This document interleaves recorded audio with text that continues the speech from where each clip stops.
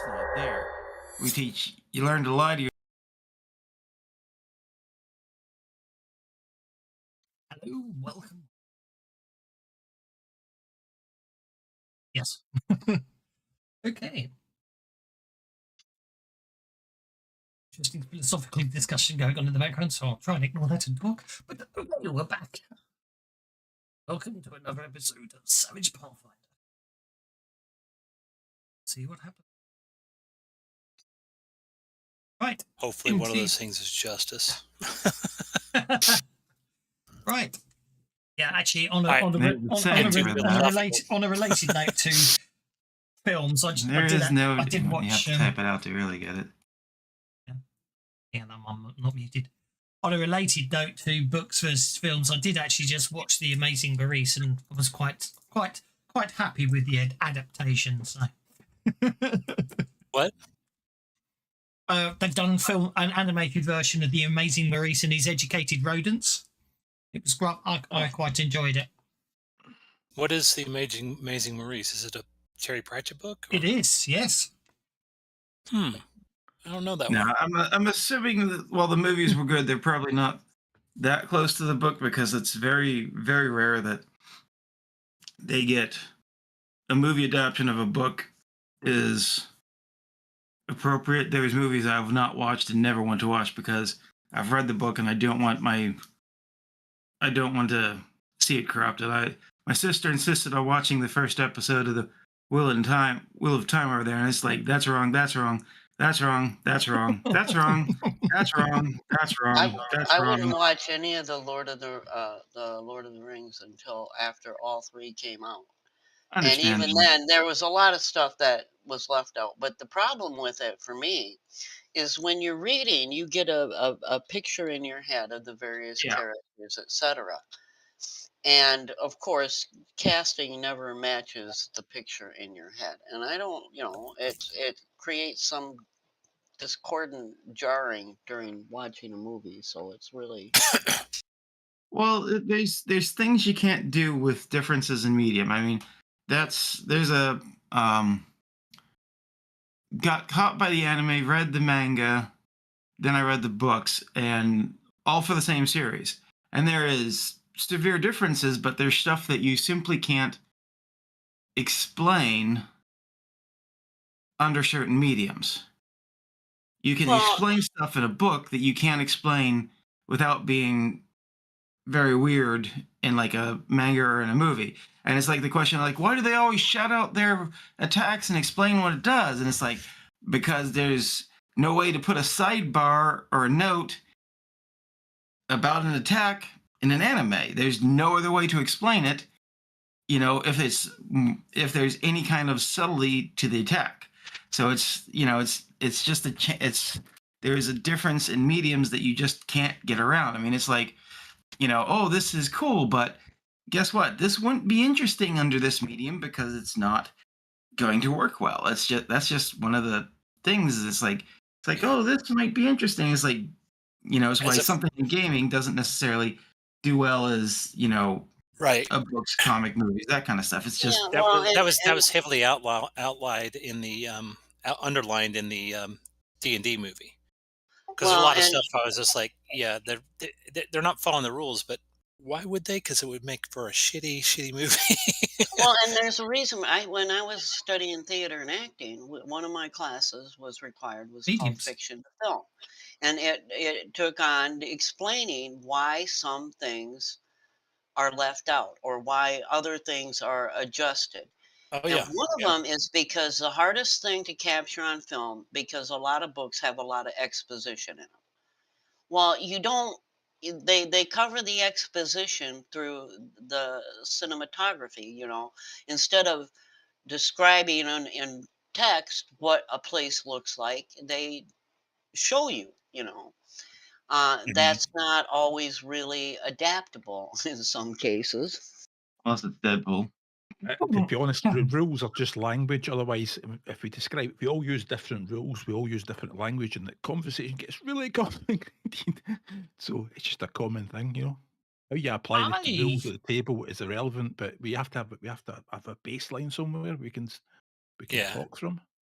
Well, in Stephen King adaptations, he's really hard to adapt because a lot of his character actions are interior.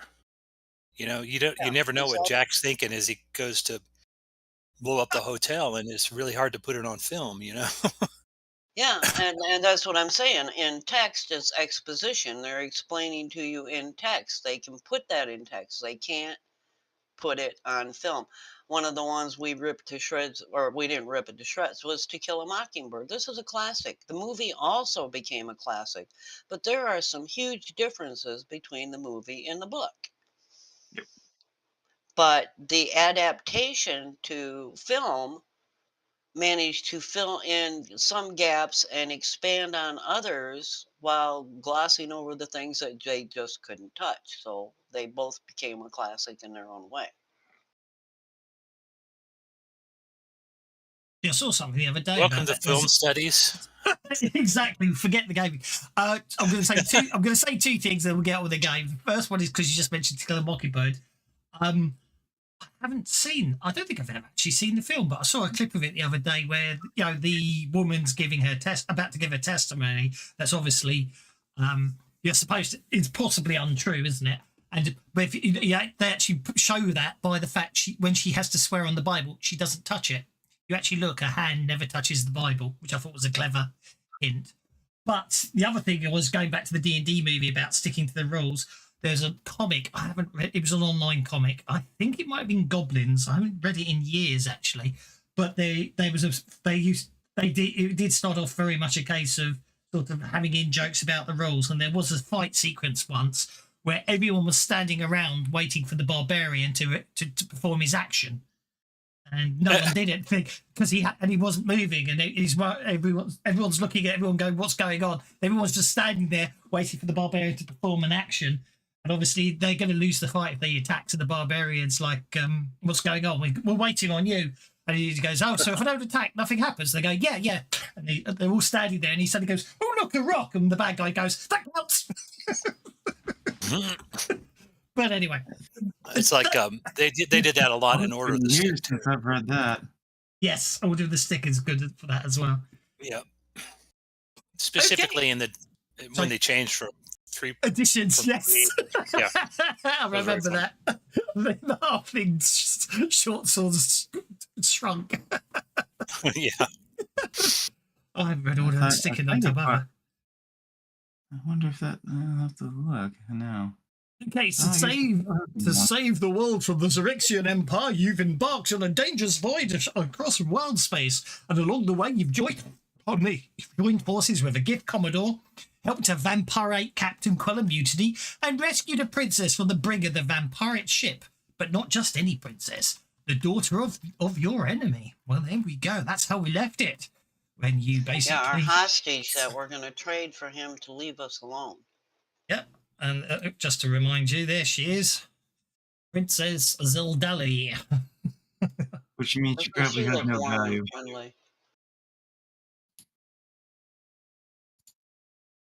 So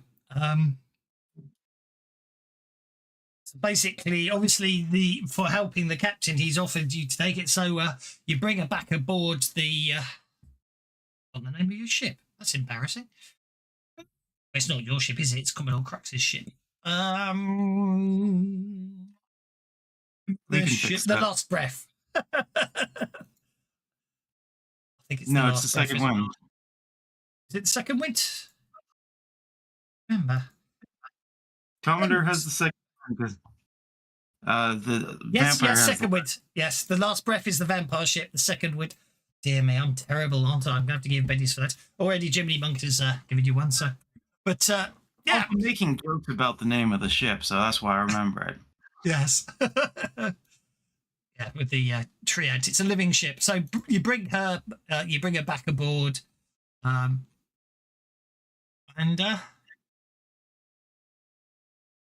as you bring her aboard, you get the distinct sense that the princess is not in the actual way, surprisingly for a member of the Astral Elf race and all that, she's not being arrogant or haughty. In fact, you get the impression actually she's quite amenable and seems to be steered to be friendly towards you.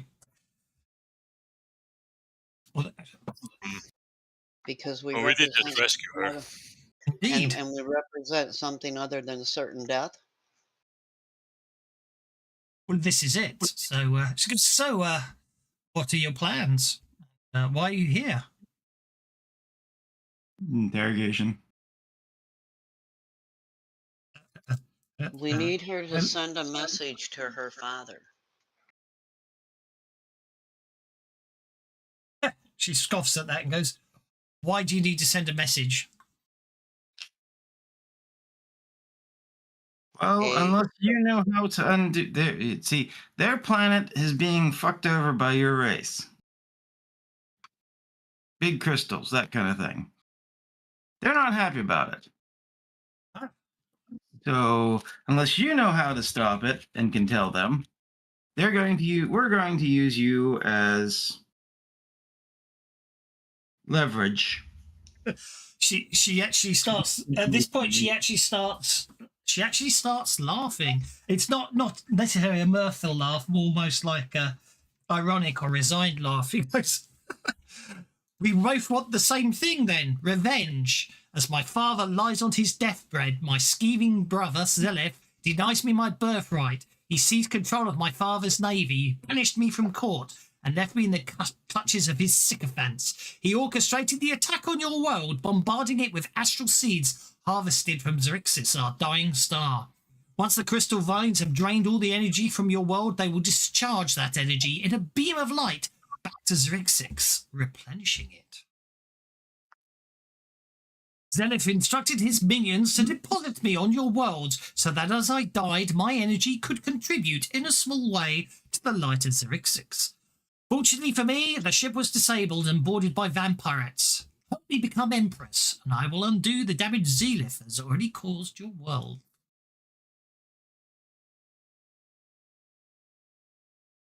Okay, do you know some way to circumvent or to stop them from being able to harvest these seeds that they're throwing around so carelessly? I think we'll need a little bit more payment than that.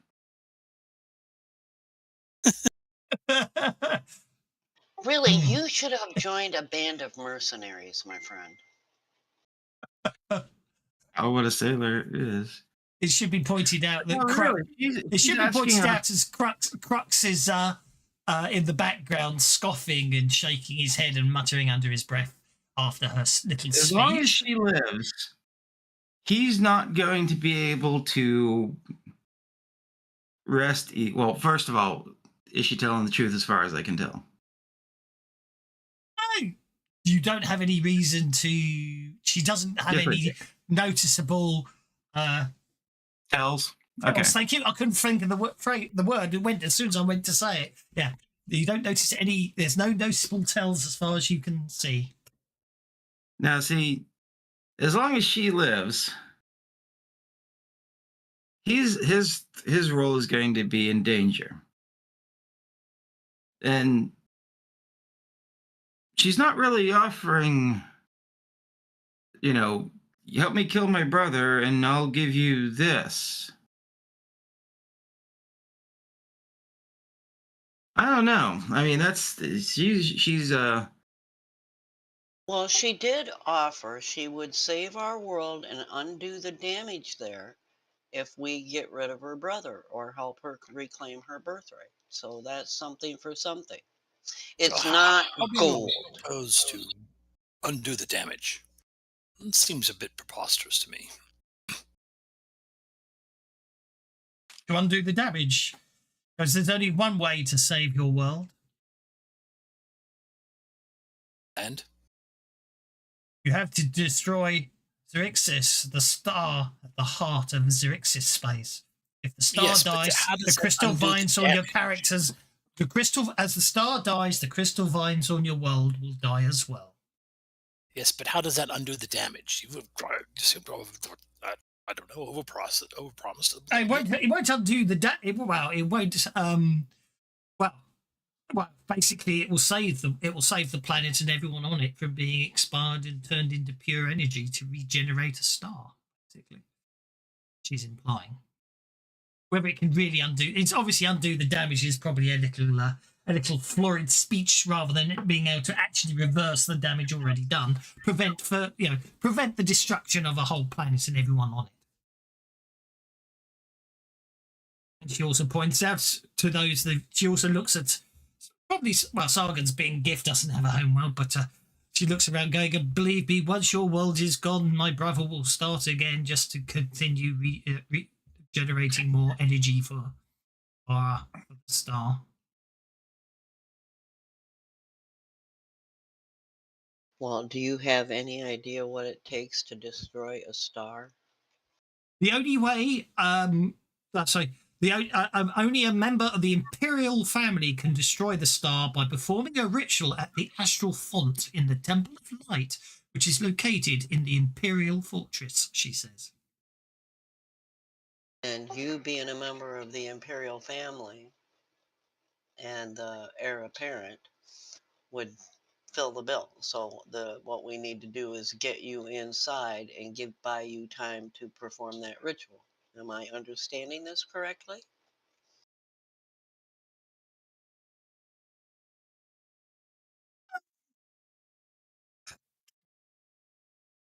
Checking. Well, indeed, that would be the only way to save your world. What assurance do we have that we get you back to your home world and you don't betray us?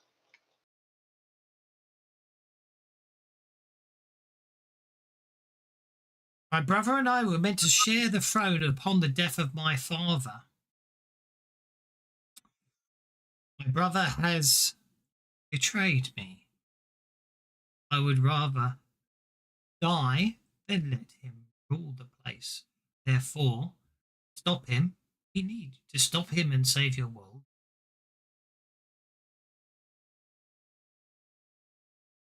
Until we don't. It's like you're what Trish is pointing out is we going need to each be other. destroyed. Won't that destroy all of your everything else about your system? I have to be honest, I was just thinking that myself. I mean, if you wanted to redirect it, that sounds like I can think of some places that deserve it more than, deserve such things.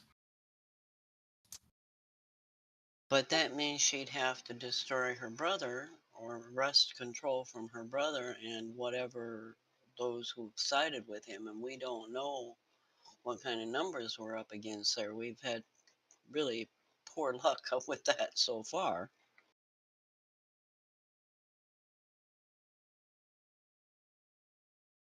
I mean, there's only a few of us.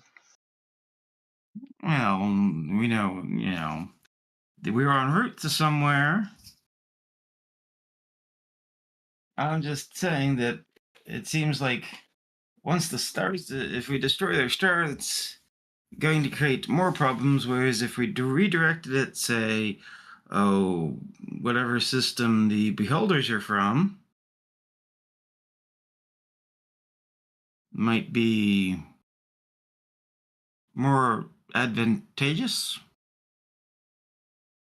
There is no way to stop the process once it starts. Only the destruction of the star will prevent the destruction of the world, she says. Pardon me for interjecting here, but wouldn't, even though we've saved our world, redirecting it to destroy another, no matter what an anathema it might be to us, we're still destroying somebody's world. Thus, we become no better than her brother.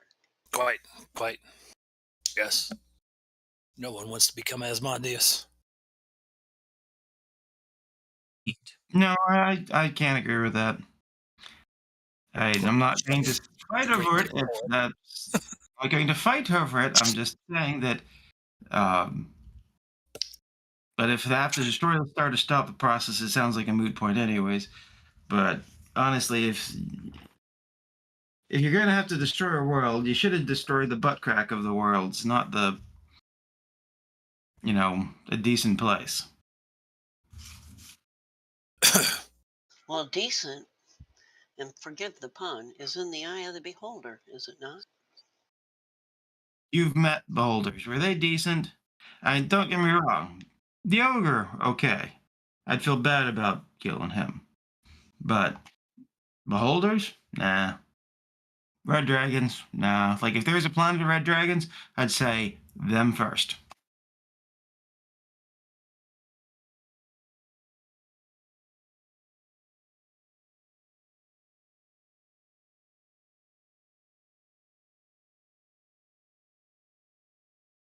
But sure, let's go gather some allies and destroy a star. It'll go great on my CV. It'll go great on my Bard's Yeah. Tale. Only way to save the world. Bard's Tale. Ooh, every day we're out there writing Bard's Tales.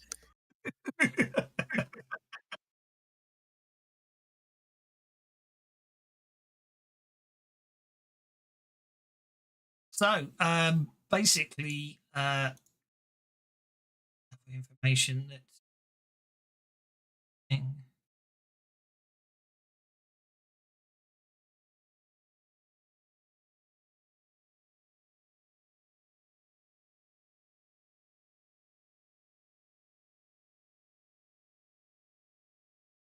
I say.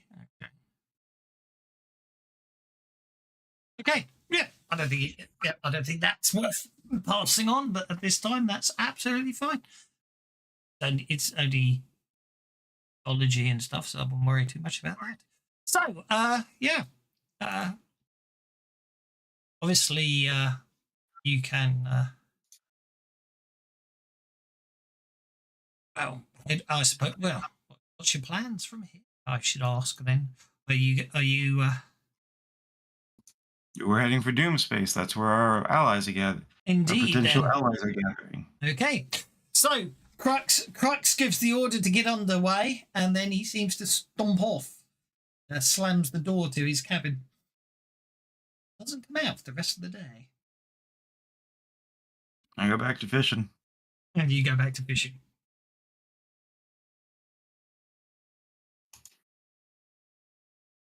And the rest of you want to do?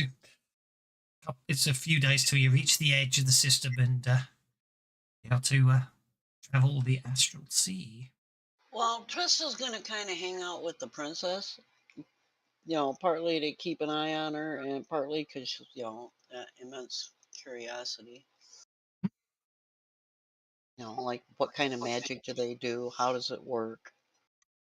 Well, apparently their magic, the Astrials learned a way how to harness the power of their star to enhance their magic, and they've been doing that for thousands of years. However, it seems that's possibly what's caused the problem with their star starting to dim and lose its energy. Therefore, they started this idea of taking energy to replenish the star. Obviously, being the brother obviously came up with such a heinous act of destroying all the planets to regenerate the star. So, basically, the gist of it takes a bit of prodding to get out of her. She's willing to. She comes across as rational and, as I say, for an astral elf, not at all that arrogant at all, and seems to be understanding of the plight of you all, and most eager to assist you to help overthrow her brother.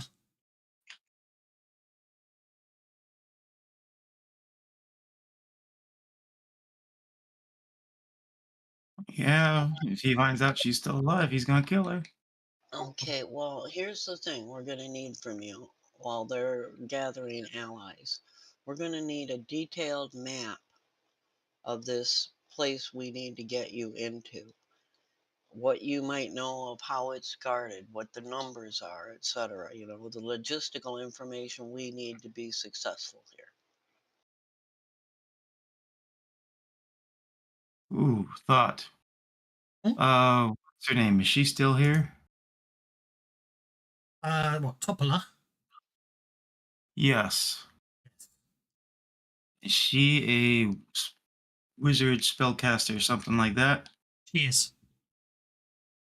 I'll go find her separate when she's off by herself, from at least when the princess isn't there. Do you know how to make a magically binding contract?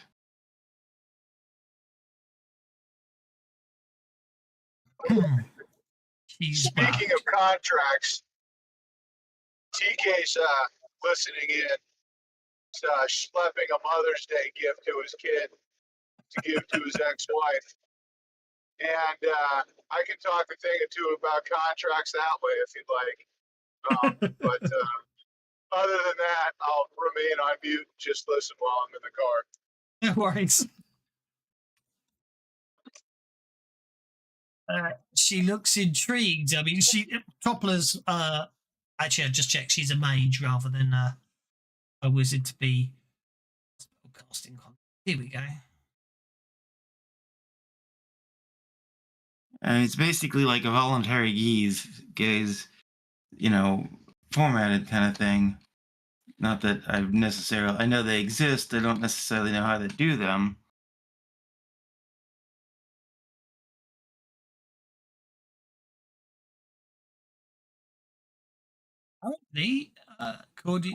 According, obviously, I didn't even know they existed. It actually needs, if we go back to the source material, it requires a cleric rather than a wizard. None of us are clerics either. No. Well, maybe among our allies we'll have to look into it.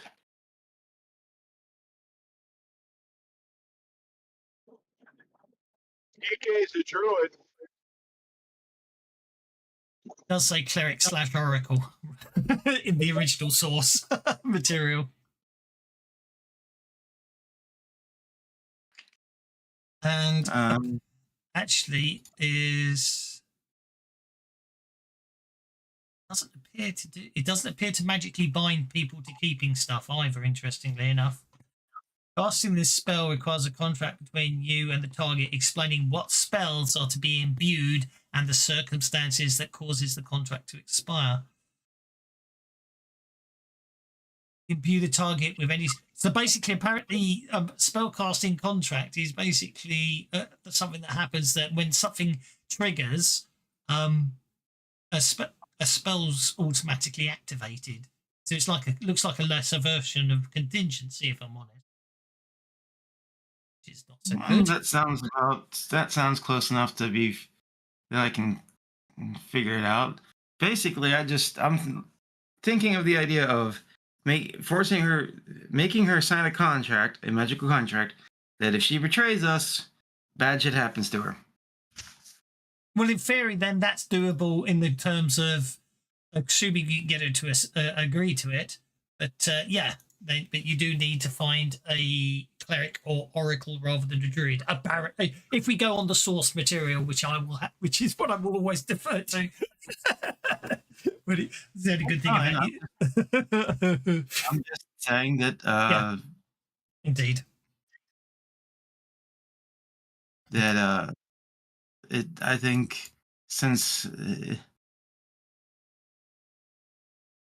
it seems a little too good, even though as far as I could tell, she's lying, but there's lots of ways to lie. That I'm thinking there ought to be like a contract between the Rebel Alliance and her. Mm-hmm. But that's for a matter when we actually get there. Indeed. In the meantime,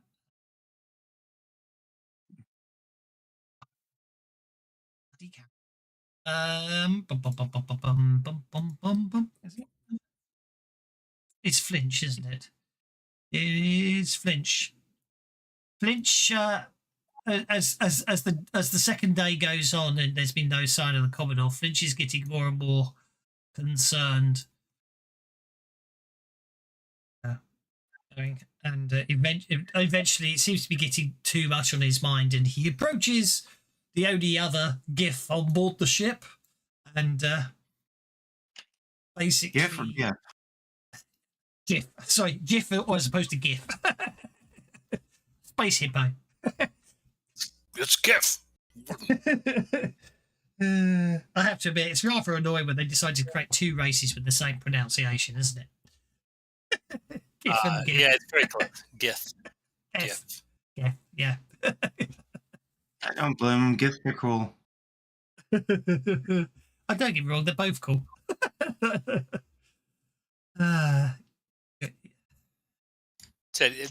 But GIF, the hippo race, has Yeah. a very dad energy to them.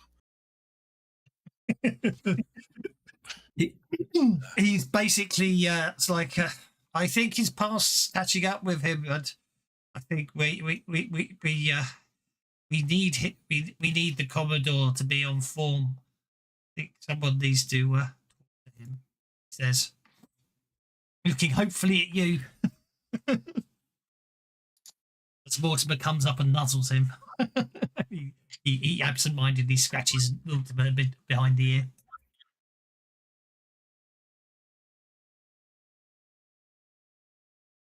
I mean, sure, of course.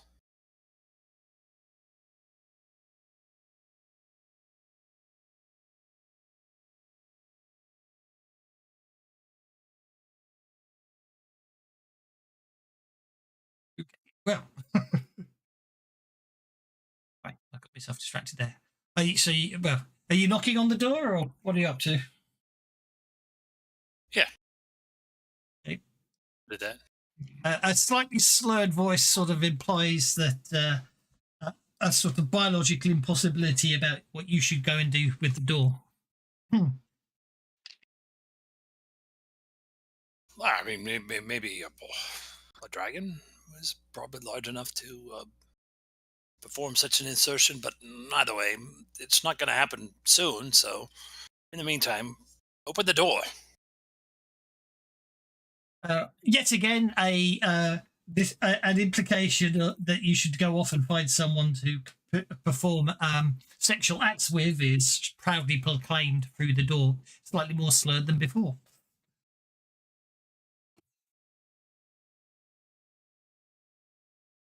Open the door. Okay, you open the door and you find the Commodore sort of slumped in the far corner of the room, a number of empty glass bottles rolling around on the floor around him, and obviously looks a little worse for wear, and you get the impression that on more than one occasion, judging on the state of the clothing he's wearing, that not all the alcohol he consumed stayed in his stomach. Graceful man, get a hold of yourself. Think of the men under your command. Pull yourself together. Embarrassing. And I'll start tidying him up, cleaning him up. Find some water to splash on his face.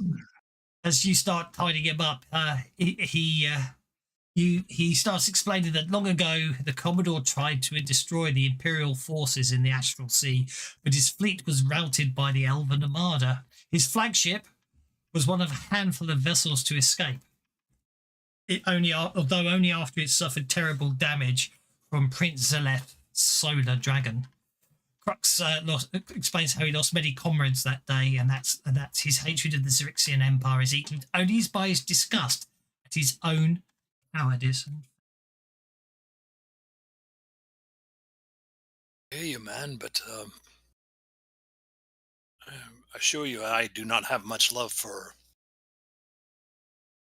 an empire that destroys entire stars to further their power. I mean, talk about being extra. That said, how is this helping the situation? By puking on yourself. How do you do it anyway with our lower jaws protruding as they do? You just tilt your head to the side? What's going on here? Probably comes out his nose or something. I don't know. It's a good question. I hadn't thought about that one. maybe you just reach upwards and then sort of it comes back down as rain. I don't know. He's resting his chin on his lap, on his chest, I guess. Even still. Obviously, Crux takes to heart.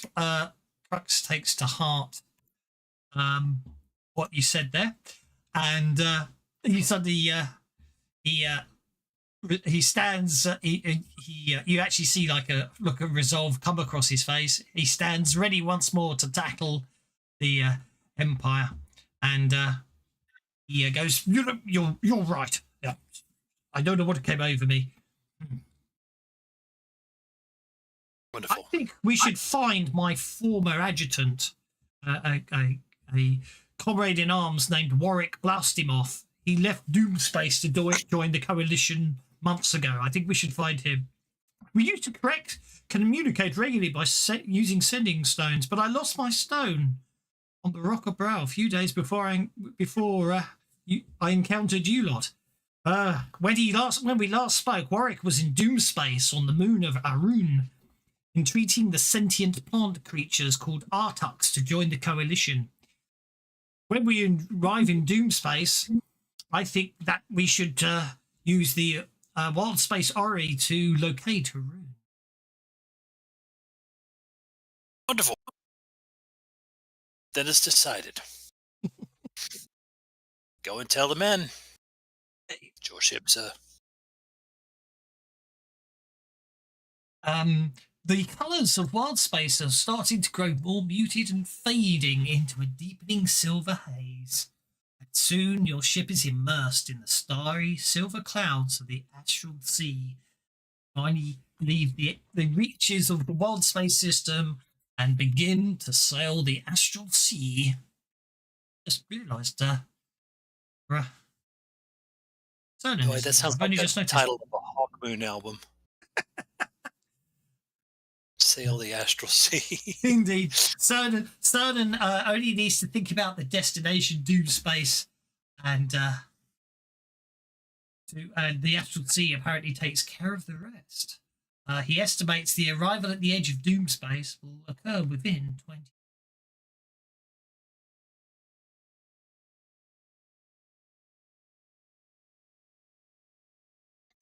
The first couple of days here, so obviously that gives you ample opportunity to perform some downtime actions, if you so wish.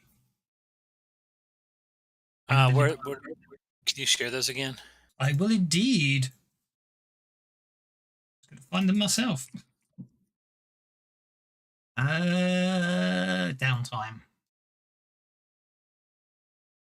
Share. There we go.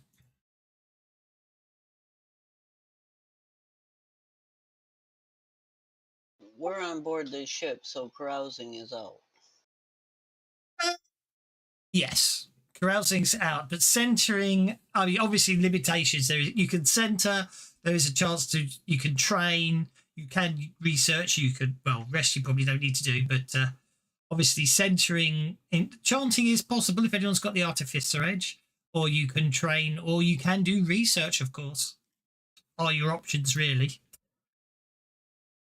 Conversely, in addition, other options, if you don't fancy doing any of those, is obviously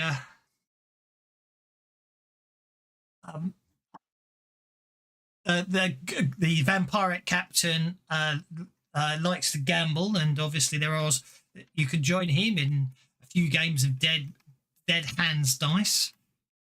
Or obviously you can join Sargon and topple her because she spends her time making fishing poles, and basically you can go fishing with her, of course. Well, Trista's going to spend her time rehearsing on her flute.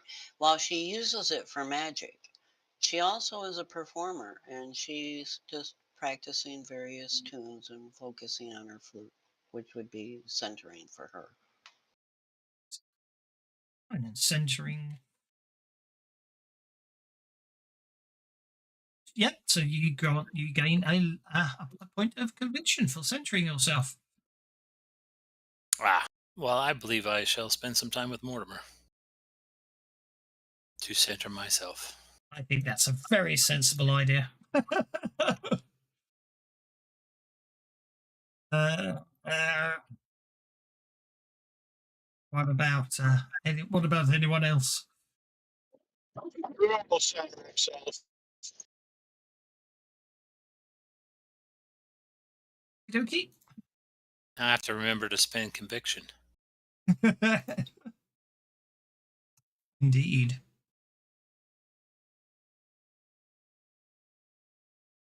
Hey, I think probably add conviction is the easiest. is there up 1 point of conviction? Give Sargon 1 because I think fishing would send to him. I Popular. was toying with the idea of adding a spell at -2, but I don't know. Conviction's easier. It is rather, isn't it? I am looking for. Wait, the We're gonna character go with the nature ward is going to be fishing. There's the opportunity to spend time basically fishing. Yes.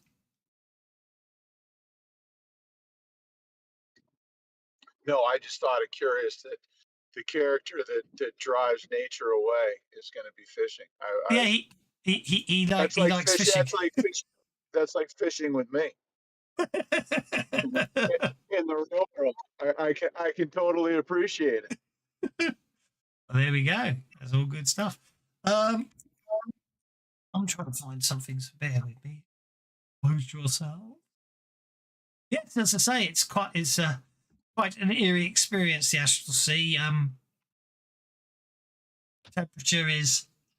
I won't say it's hot. It's neither hot nor cold, and also, although you've still got obviously an air bubble around the ship. You don't actually need air to live in the Astral Sea. If you fall overboard at this point, you're not so much trouble as you would have been in other times. But I'm still trying to.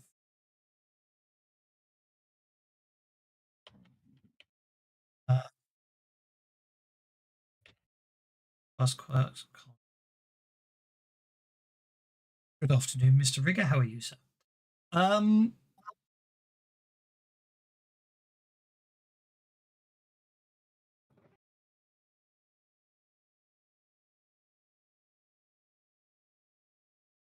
That's what I thought. I'm looking in the wrong book. That's why.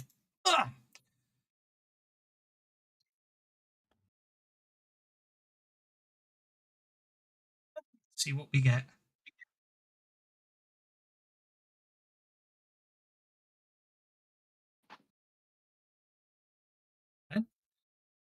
About 13 days into the trip, obviously, life aboard ship can probably get a little tedium. Can I have some notice checks, please?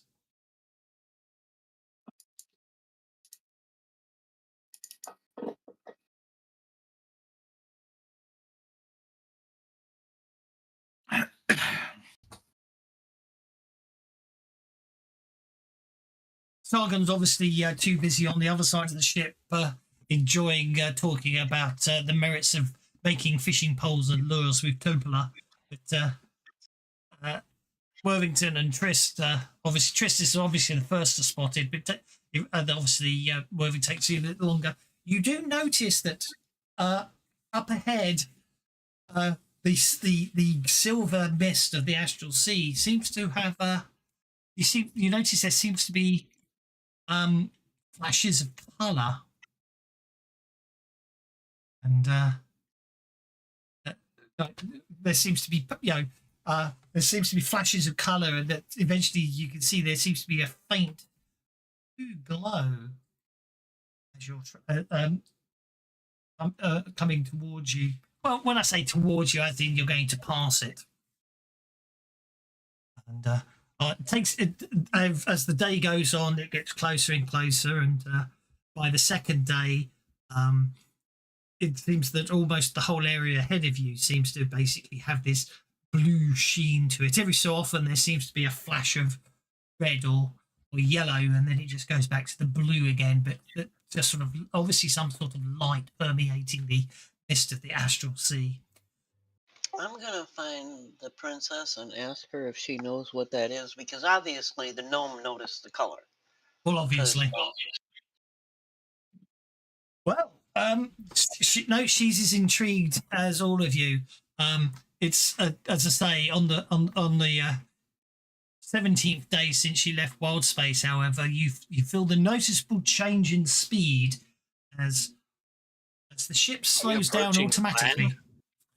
You're approaching something big enough to have its own gravity to sort of pull the ship out of spell jamming speeds back down to normal speeds. What do you cry out when you approach something like this? It's not land hook. What is it? What's appropriate? Well, I suppose actually, as your first sighting of it, you could shout gargantuan floating obelisk, crystal obelisk, ho. Yes, no, that's what I say.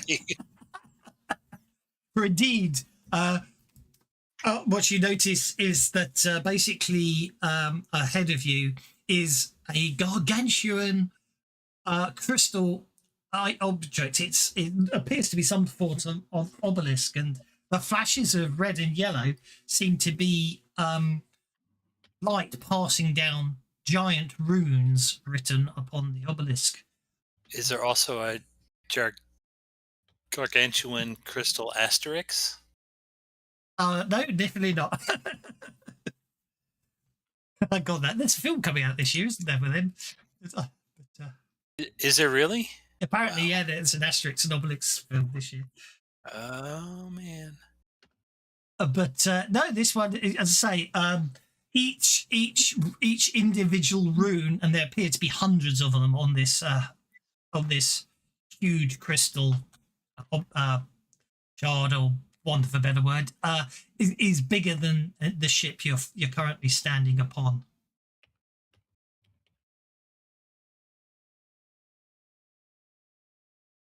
Toppler at this point is quite intrigued by it and comes and starts looking at it. The princess is most assuredly assures you she has no idea what this is, and says, but many things benign and dangerous can be found in the astral sea.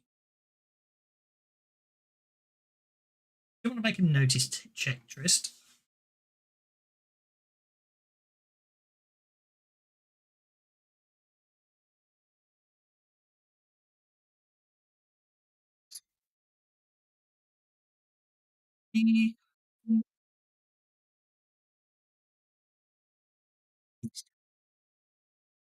I suppose she's not. Okay. Then,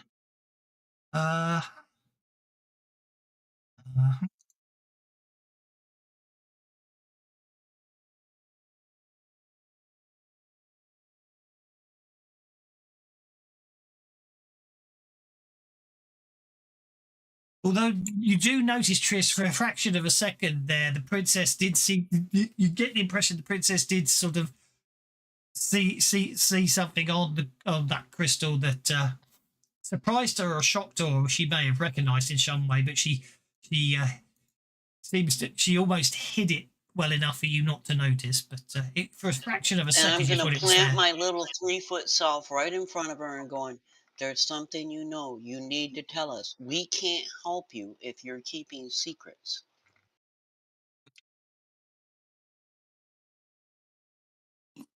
He goes, well, it was just that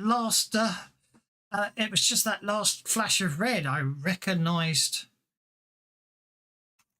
the runes. They were basically they were the runes for the fly spell, she says. The fly spell? Power or anything.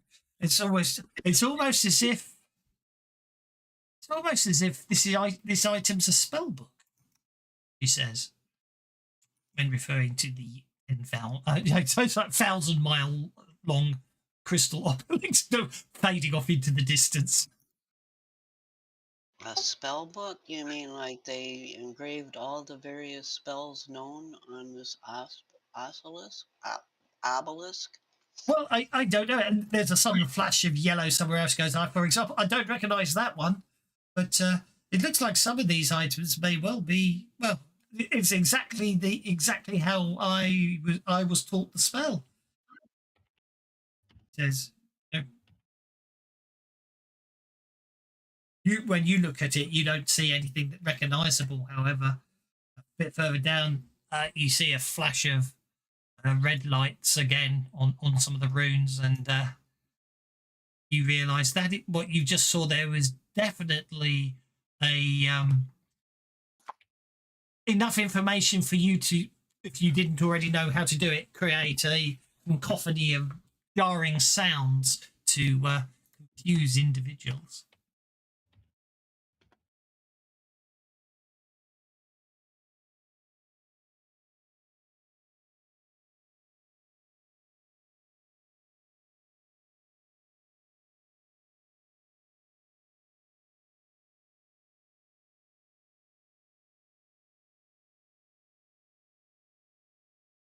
So it's rather on the large side.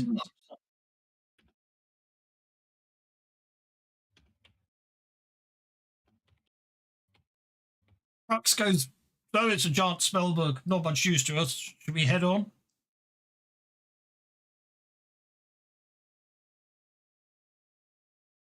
I don't know. That seems kind of valuable. Can we tow it? It's too big. It's a kind of awfully big spell book, though, is it not? Not very portable, is it? It's not. No, the you dread to think of the amount of mass it would require to actually be able to tow it. And I dread to think of the kind of power that whoever created that obelisk must have.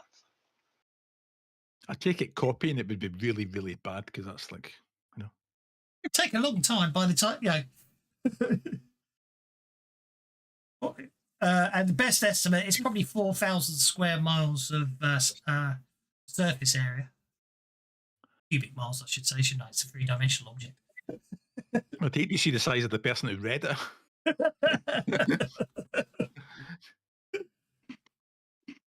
Yeah, so it's pretty much, as you say, it's a four-sided crystal that basically, based on the size of it's based on the sort of gravity well that CERN's getting off it. Yeah, it's probably about, there's four sides. Each side's probably 1,000 miles long, as it were, by probably a few miles wide, if that makes sense. But that's just because the runes are so large.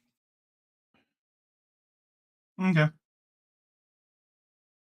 But it doesn't mean anyone could. It doesn't mean anyone wants to. If you want to take time to study anything or look for stuff, you certainly could give. I'm not saying you can't. I'm just saying it's up to you. Obviously, or covering the whole thing would take many.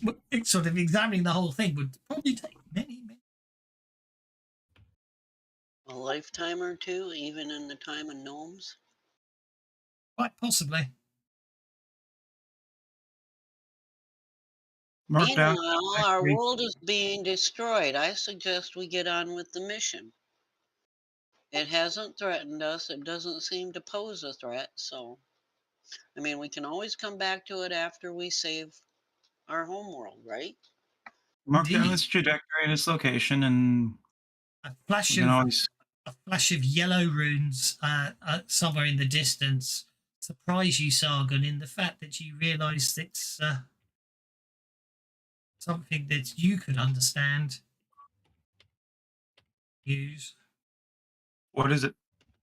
Oh, it's for some reason you realise with enough study you could probably, even though it's written down, it seems to be you reckon it's a way you can actually teach yourself another mental skill.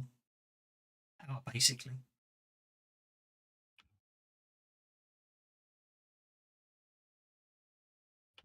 Okay, stopping for out of character question just to try and comprehend this.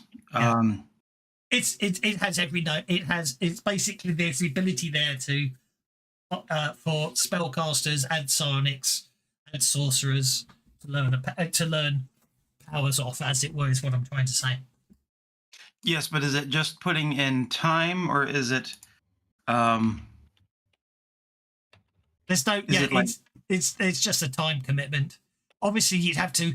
It's depending on how much time you want to spend of it. You know, obviously, given the size of it, that you have to scan across it and find what you're looking for, which may or may not be there, obviously, and then obviously it's the time to learn it. There's no how other many cost than that. how many spellcasters do we have? I know we got 2.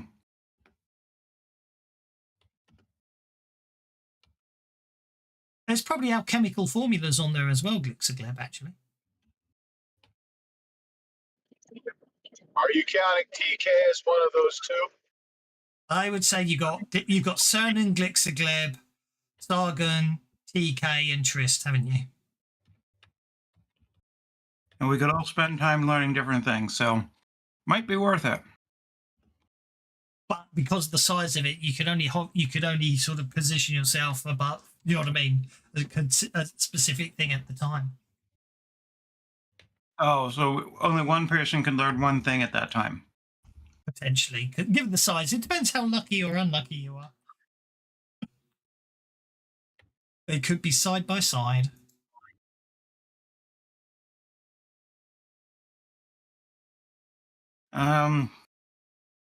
I suppose it's really up to the Commodore. It's his ship. The Commodore, You can make an argument for it. Yeah, the Commodore's shaking Worthington. Commodore's shaking. It's been 17 days since then. He's sobered up. The Commodore seems to basically be trying to grab Worthington's attention and going, isn't that instructional form over there for fighting stances? He says, pointing down there. So it appears to have there also appears to be a collection of martial edges as abilities as well. But as you say, you can always mark it and come back.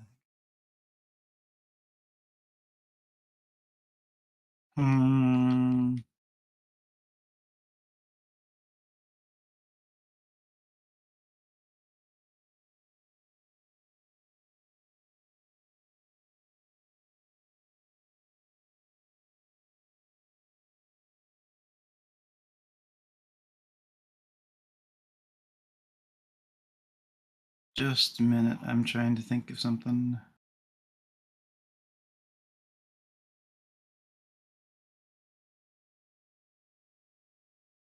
Monk says the beddies must flow, so I shall do that.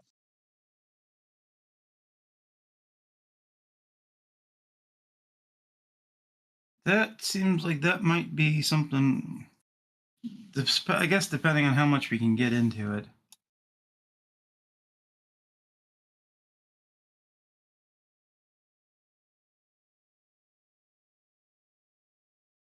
So we said 21 days, so you're 4 days from your destination. So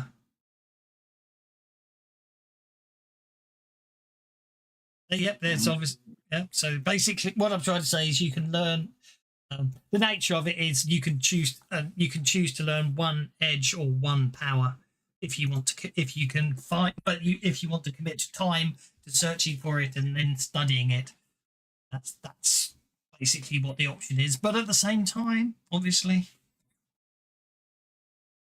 it takes time. That's basically yeah. I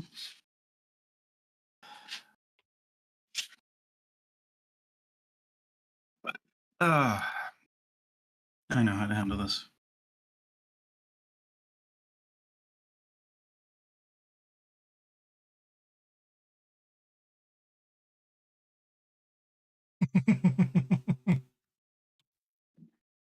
good way to do it.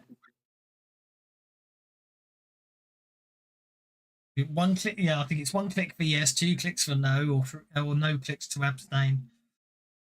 Oh, it's stay and study winning. Well, you see, the thing is, I don't know. I'm undecided because the funny thing is, they created seeds. They planted the seed on Homeworld, right, and it grew the tree, which destroyed Homeworld, right. But as a process of doing that, presumably that tree creates more seeds. I.e., it doesn't create one seed. So basically, it's a bit of a, it's a bit of a runaway effect. You end up with more seeds and more worlds at risk. Potentially, right? Worst case scenario, the entire universe is at risk. And if that's the scales that we're playing against, do we really want to sit about and wait? Well, we're also looking at something that quite likely is may have the root of all knowledge there, and we may be able to learn something that is beyond what's known now. Learn something, Akasha. What's Akasha? Maybe I think is what I've heard it called. I agreed, but the problem is, will the universe still be there when we're finished?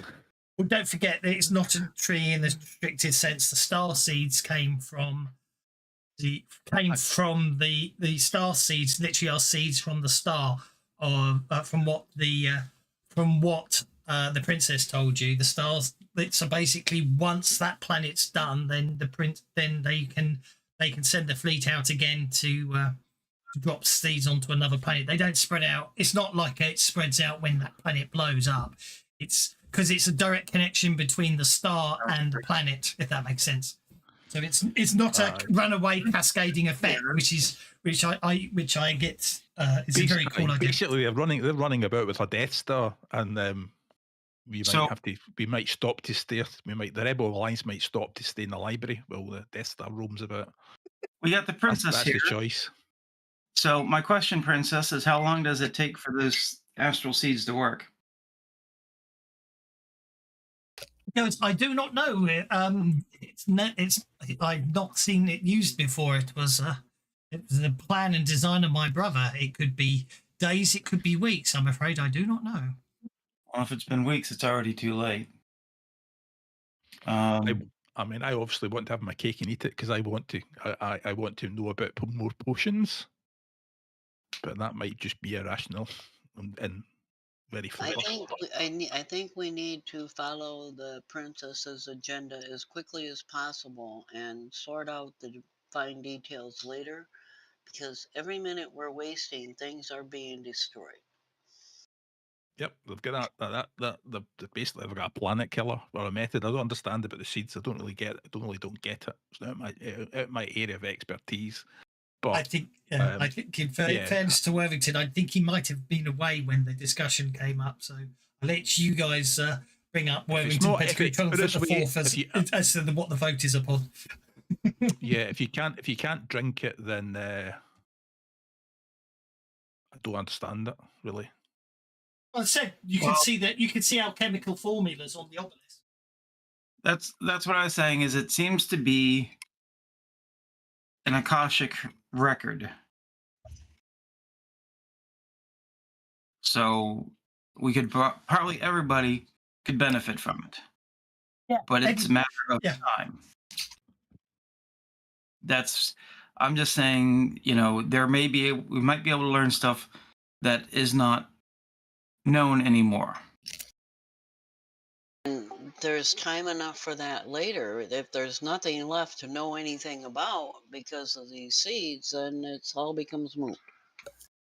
How fast is it moving? It's not moving. You travel to it. It's stationary. Oh, it's stationary. Mm-hmm.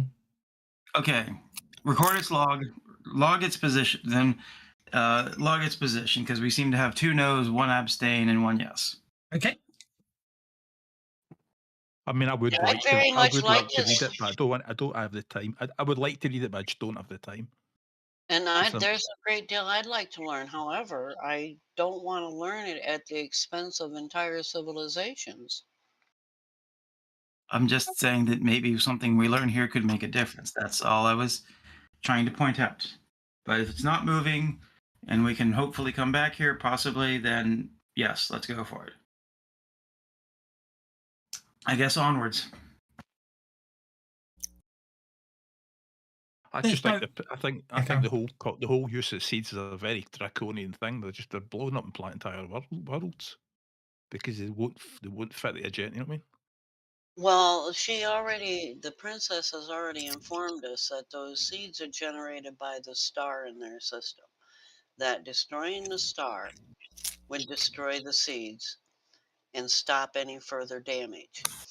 The way to destroy the star is to get her back into the I forget what that was called. You got to get to the temple and her thing and have her destroy it.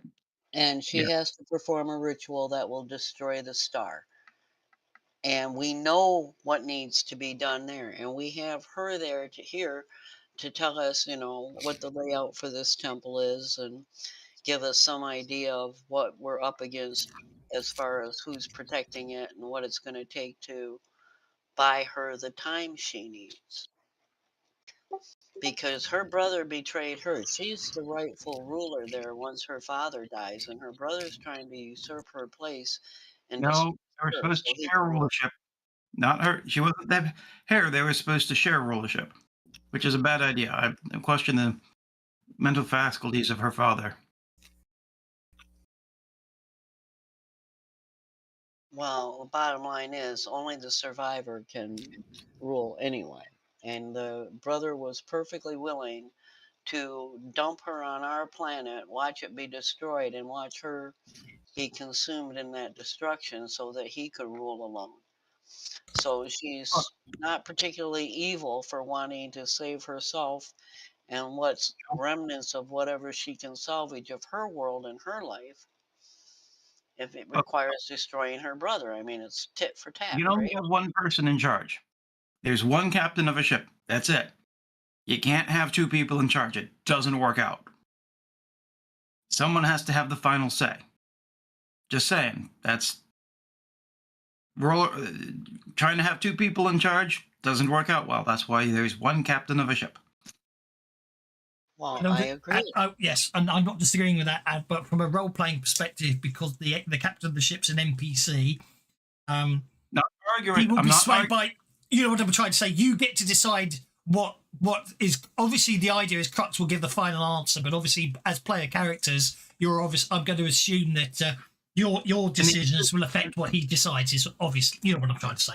Yeah, and the answer right now for staying or continuing on is we're continuing on. Yeah.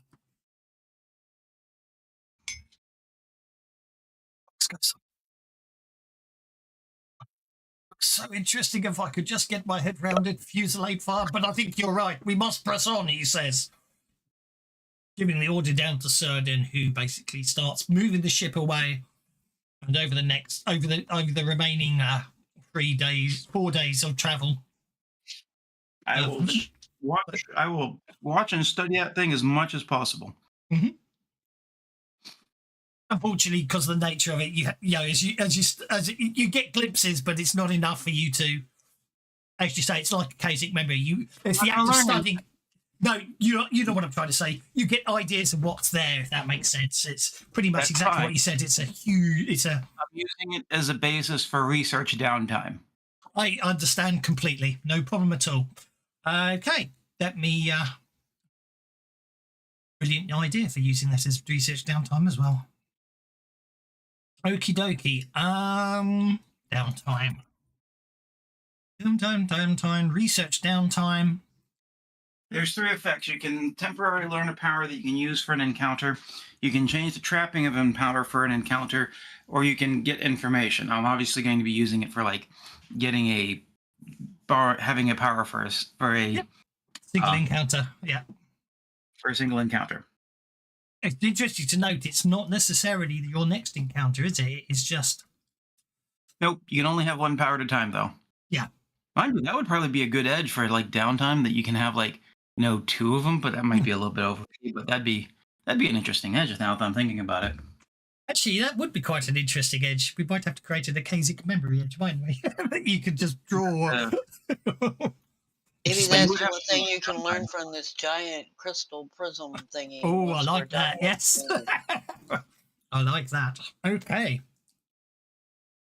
Okay, as I say, it takes 3 days for the lights to fade. And with all that time, obviously,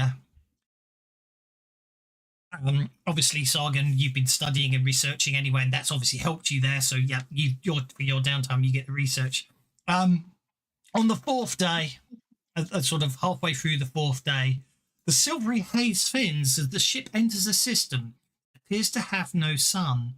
The ship glides between colossal fragments of smoky grey crystal remnants of an outer shell of fantastic proportions. As silent and lifeless as a graveyard, Doomspace gives new meaning to the phrase dead of night. After 3 days of travel through this labyrinth of crystal shards, you catch a sight of the yawning black vortex lined in the light.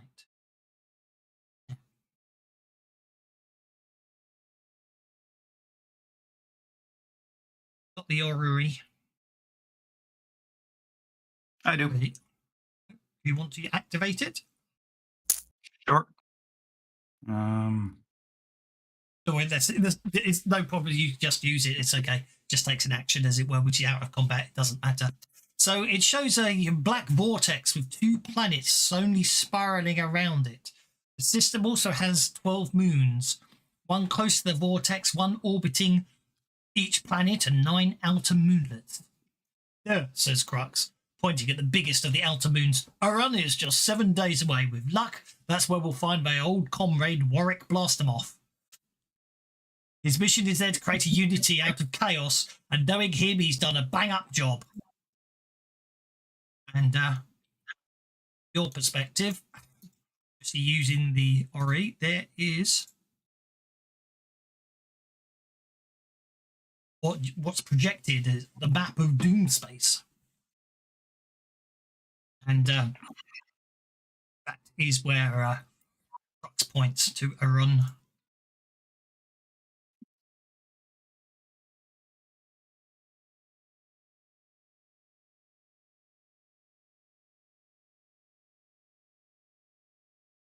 Here that actually, I mean, Sargon's one spacefaring race, aren't you? The smoky grey shards of crystal, each one a mile thick and hundreds of miles long, float in the outermost regions of Doomspace. The shards are all that remains of an immense crystal sphere that once enclosed this entire wild space system. At that time, the sphere was thought to be indestructible, though clearly that is not the case.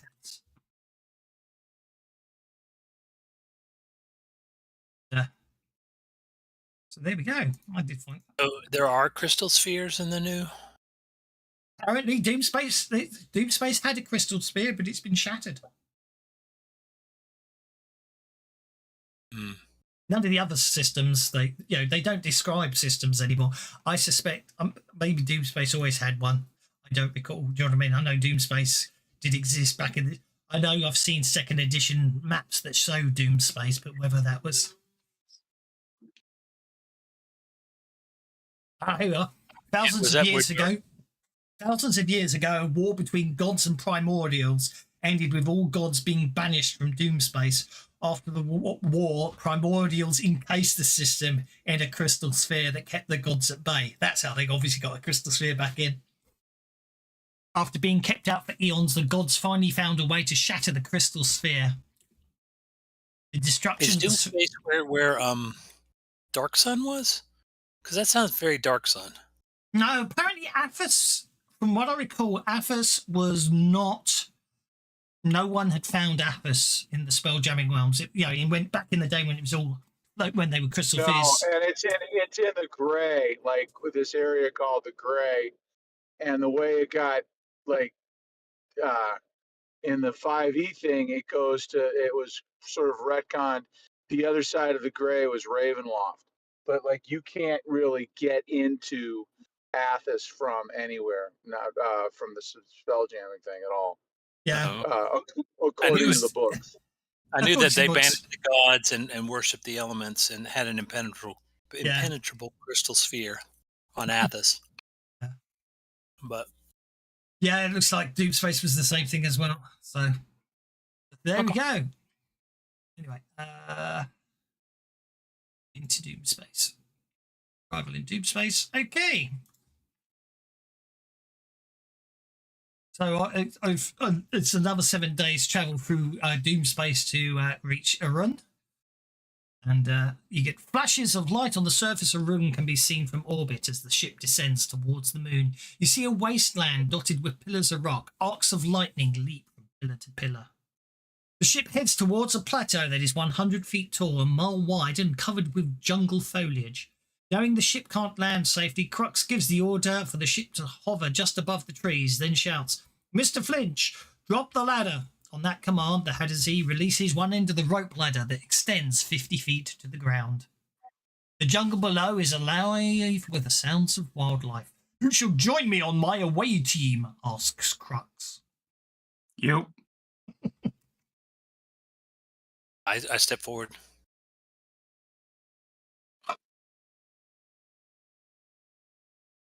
And Mortimer steps forward with me.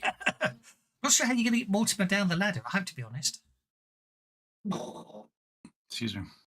Mortimer needs a ring of feather falling. Poor Mortimer is getting body shamed by everybody now, huh? No, I'm just being practical. How do you get a giant space hamster down a 50-foot rope ladder? That's why I was telling him to work out. You use a crane and a rope? Yeah, you could probably do that. Hang him from the yardarm, Mr. Tristan. I'm afraid to say, though, I think the practical answer is I'm afraid Mortimer will probably have to stay aboard for this one. Well, in which case I'll pet his nose and whisper in his ear, "This one's not for you." So. Oh, the hamster with the sad face. We need pics. Next time. You can't make the hamster sad. I can. There's a bit of metagaming. I know, knowing full well that yes, in theory you could use a block and tackle to get him down, but with a bit of metagaming and liking Mortimer too much, it's probably better that Mortimer doesn't go with you. Fair enough. Just from Fair enough. purely GM those things the players don't type. You know what I mean? You'll put us into the blender, but you draw the line at Mortimer.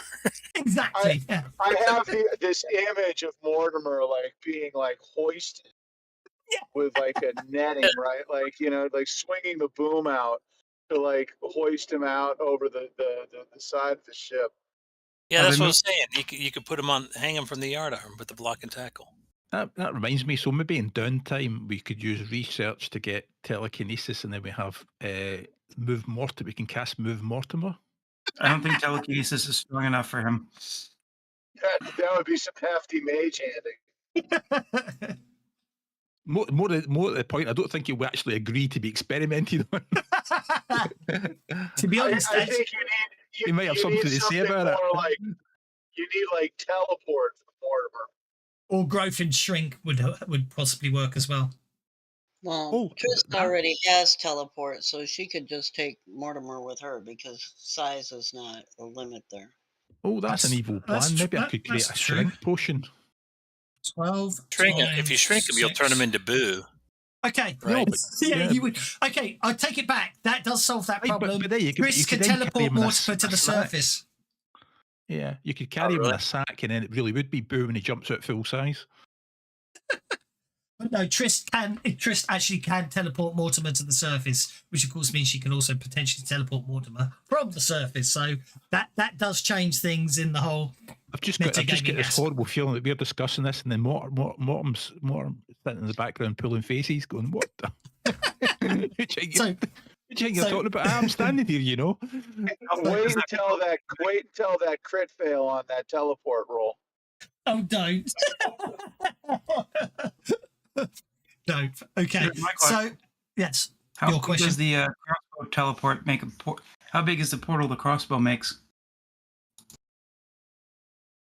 10 foot, so Mortimer would fit through that as well.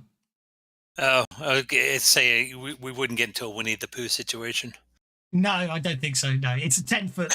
Obviously, because it's a conversion of a 5e, so it was a 10-foot square portal, so Mortimer would fit through that.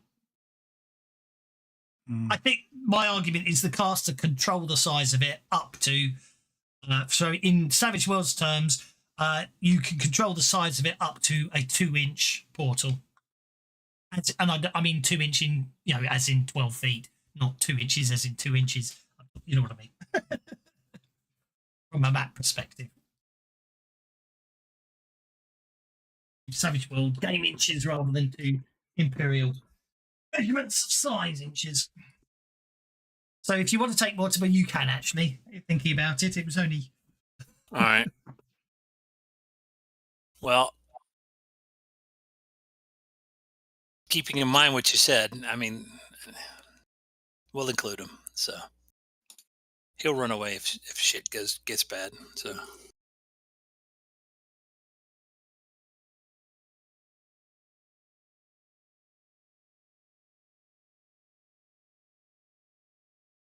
Okay. So, obviously, people are can start climbing down the ladders. If you want to get Mortimer down to the surface, Twist, now's your time to do it. Obviously, if you just want to climb down the ladder yourself, you can do that, or you can use the portal. I will use my teleport and get me and Mortimer down. So don't worry, I'll take care of him. You just hurry up. I certainly appreciate it, and I'm sure Mortimer does too. And we're already gone, so. Oh, he's not coming. You can thank me when you get down to the surface. Starbow's not coming. Commodore Crix is most definitely insisting on coming down for this one. Okay. So once you all reach the surface. We've got a bunch of effects that you might want to kill. I shall do so, actually. Yeah. Kill that one. We're about to get into combat. Not necessarily, but we probably need to get rid of them anyway. Yep. Quarterstaff, no, that doesn't go away. Inspiring Command, that doesn't go away. And then all I need to do is put the whole party down on the planet. And then take off the ones that we don't need. Pegasus isn't there. Lynch isn't there. Doppler isn't there. Starbow isn't there. Brooks is there. Pettigrew's there. TK is staying up on. Not coming down from the away team. Cernan's not coming. I think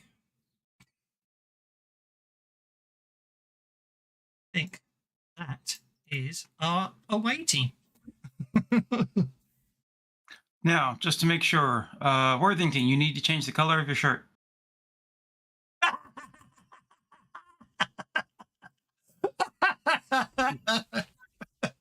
Do what? You need to change the color of your shirt. Oh, you don't like the fact that I'm a red shirt? Tends to draw fire at us. Crux goes, I suspect the camp is this way, he says, pointing east from the plateau you find yourself on.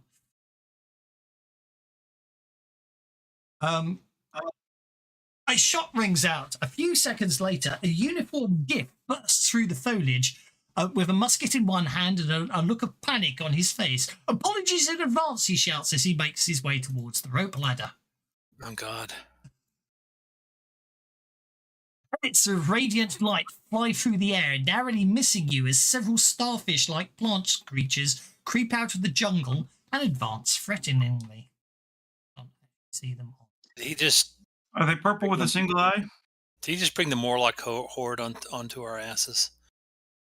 Draw aggro towards the ship? It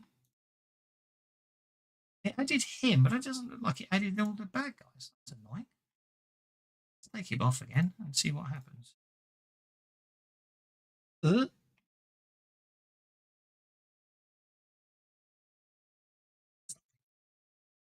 Otherwise, I'm going to do it manually. I gave him a card. It's a spade. Okay, let's try adding them again and see what happens. Oh, error. Notice that before, unable to add. Oh joy, the links are broken. I must have updated the module but between making this one. This might take a little while. Sorry, guys. It worked last time I tried it. Okay. Did he push the reach thing yet? I don't know.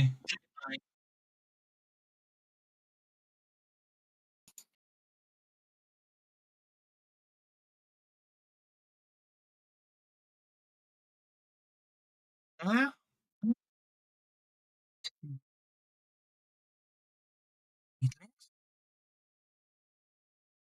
One of you to there. Second one.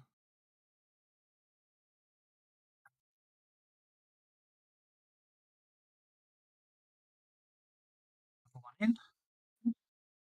Second one.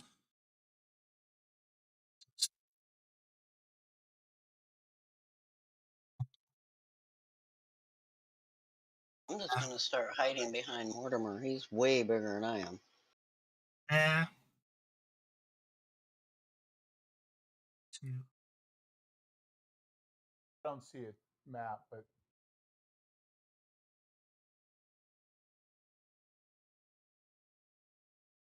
Purple and blue with the Cyclops eye. Okay, so just need to put there. That one there.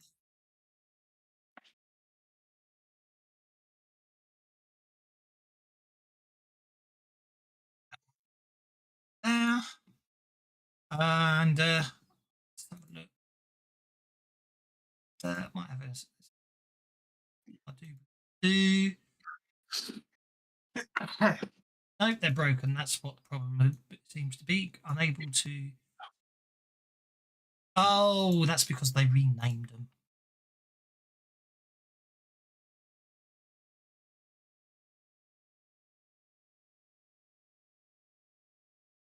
Obviously, broken something by naming. Hang on a second. They're rather cool. I'm going to show you what they're like.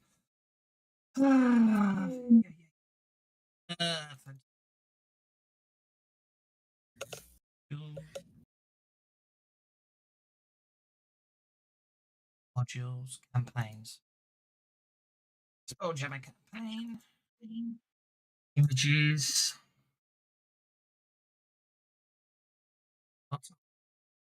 Sock. Means they renamed them. Then I take that and I go assets folder. That's not much help. It only does. Maybe you take his Savage Sunday New Horizons images. Paste. Here. Fresh.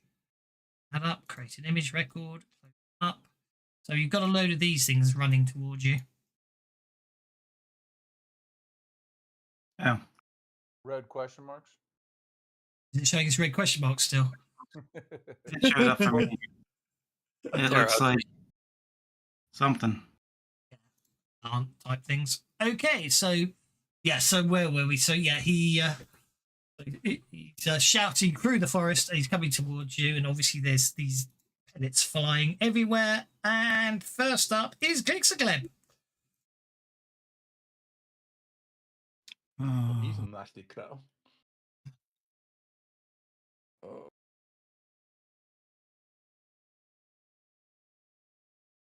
God, there's quite a few. They're all spread out. Darn you.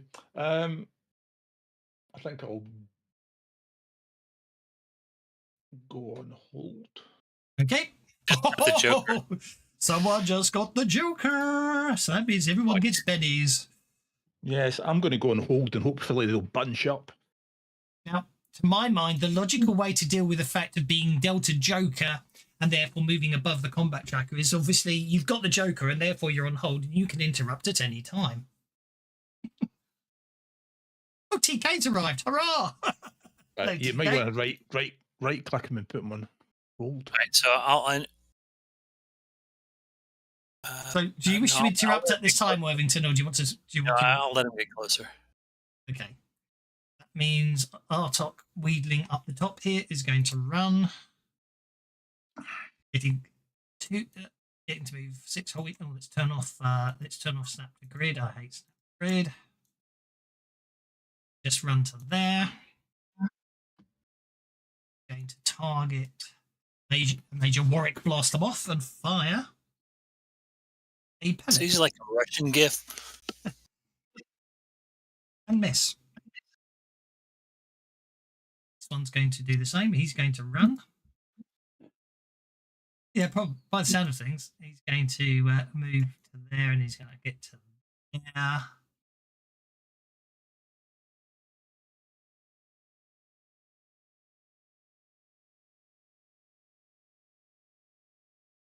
Thank you. Yep, you're on the map. There you are. Pink. Where was I? Yeah. I was just I got distracted there. Sorry.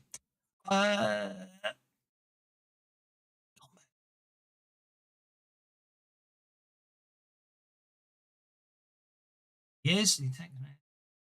Okay. I just did the wrong.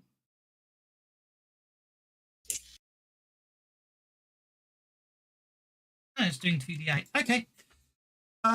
This particular plant here suddenly spits out what looks like a very gooey tongue in it and tries to wrap itself around the major, but he manages to evade. Obviously, Mr. Worthington is on hold along with Gleb, but Worthington can interrupt at any time with the Joker bonus. Trist, you're up. Oh, I'm not, and if he fights me, it'll mess it up. But I'm going to grab a hold of Mortimer and go, "Come on, Mortimer, into the thick of it." And I'm going to teleport us, and if Worthington's on his back, he'll come along too. Yes, although you will have to pay the extra PowerPoint for him, of course. Yeah, I know. Yeah, I'm on his back already. So, yeah. And Okay, that gets us up to 24 feet. So that would put us... Oh, we can come up behind him, guys. So I'm going to teleport us in from behind him. Okay. Smashing. Let's take Mortimer and move Mortimer to there and bring you across. So the two of you, there's a blink and you both teleport and appear over here. Okay. As soon as Trist is done, I'm going to interrupt. Okie dokie. Okay, you go for it. All right. We are charging. I lower my lance and I get stuck into this bastard. Charge space hamster charge! Hurrah! It's the quickest way to move us into the thick of it. And these guys need to be in the thick of it. You do indeed.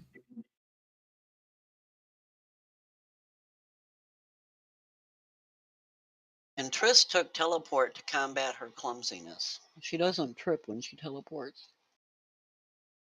Hey, Worthington, you lower your lance and you come charging forwards straight towards Artuk Star Horror. Oh my word. That's interesting. I might have to see where he is on the combat tracker. He looks different to all the others.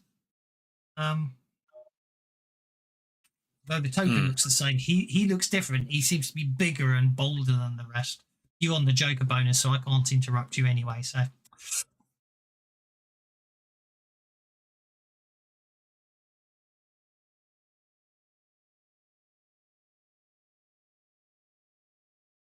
that's a hit. 2 wounds. Okay. Obviously do 2 inches to get to there. So you can still continue your movement, obviously. Why did it roll a hit again? I meant to roll damage.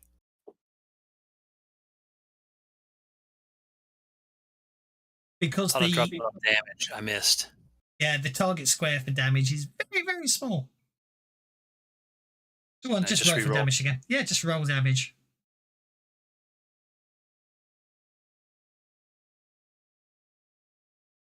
Nice. 2 wounds. Okay. See, I knew you guys would be more use back here. Yeah.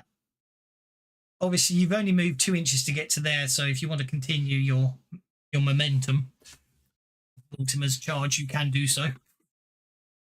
This is just pulling up short where you are. We'll just go there. Okie doke. So we can continue charging. Yep. Okay, I'll apply that damage. Then I shall move the combat tracker back to the Star Horror, who unshakes but is wounded. Okay. I think what we're going to have to do here is... Yeah, no, I think we won't multi-action. Going to change what he was going to do. He originally was going to make some of the attackers better, but obviously after hitting him, and there's green sap pouring out from where the lance spiked him, he starts vibrating at a high frequency and fails. So I'm going to spend a penny on that. Try again.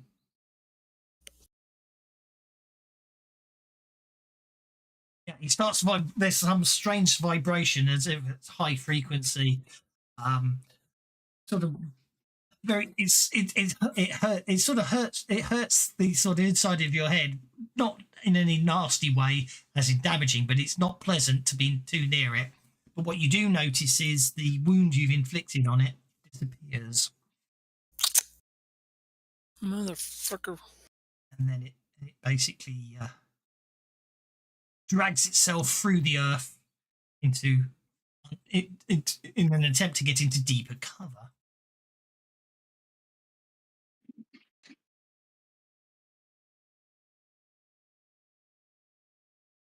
I don't believe there should be two of these. So vanish. I think. Yeah. That is the end of the sonic. So that brings us to Major Auric Blastermoth, who has fired his blunderbuss, so therefore... Actually, no, I think he will.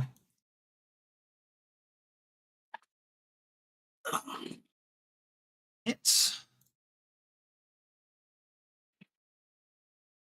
Yeah, you didn't judge the range too good there, I'm afraid to say.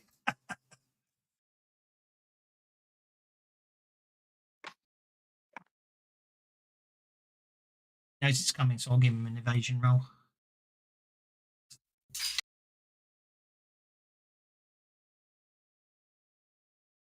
Evade as a GM.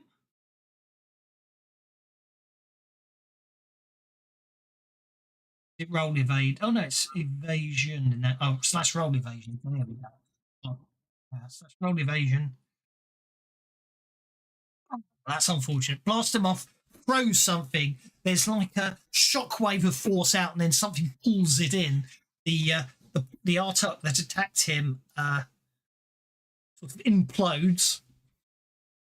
Unfortunately, blast him off it was desperately attempting to avoid the blast. Unfortunately, doesn't make it. And gets flung up into the air, landing very badly, it has to be said. Oh boy. Soaking one of them. Basically, he avoids most of the blast, but he goes flying through the air, crashes, and basically ends up halfway up one of the trees, looking a bit dazed, with a large tree trunk sticking through his side. Yeah, not a tree trunk, a branch. Stargun, you're up, sir. Okay. Show. I'll use my limited free action, sorry, to boost my speed.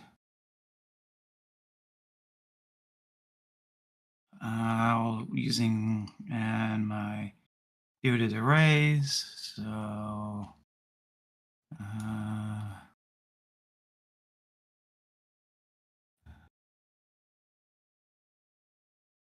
there we go.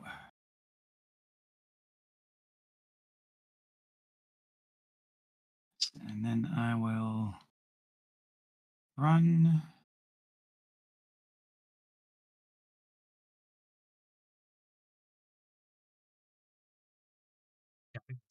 But it will do. The wrong actually, yeah, it's the wrong icon, but it doesn't matter. It looks different. My word, that's a good run.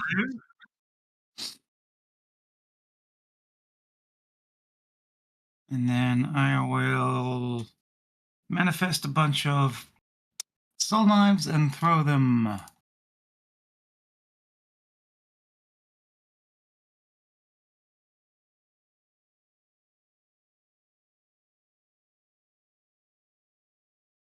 I got them targeted. Waiting. Yes. Okay. So I'm going to be. That was an official version of a monster I made for this adventure. So I have to compare it after this game to see how different mine is from the official Savage Pathfinder version. Oh boy.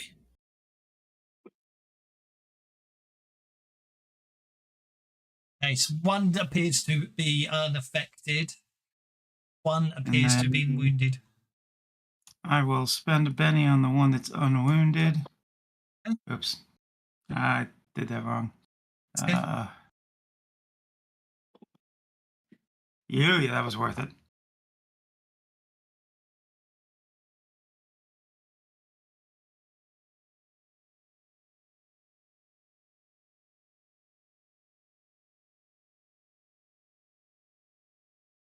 One was hit, one was missed, wasn't it? And you re-rolled so the net result should be, it might not be the right. The net result is 1 wound on one and 3 wounds on the other, isn't it?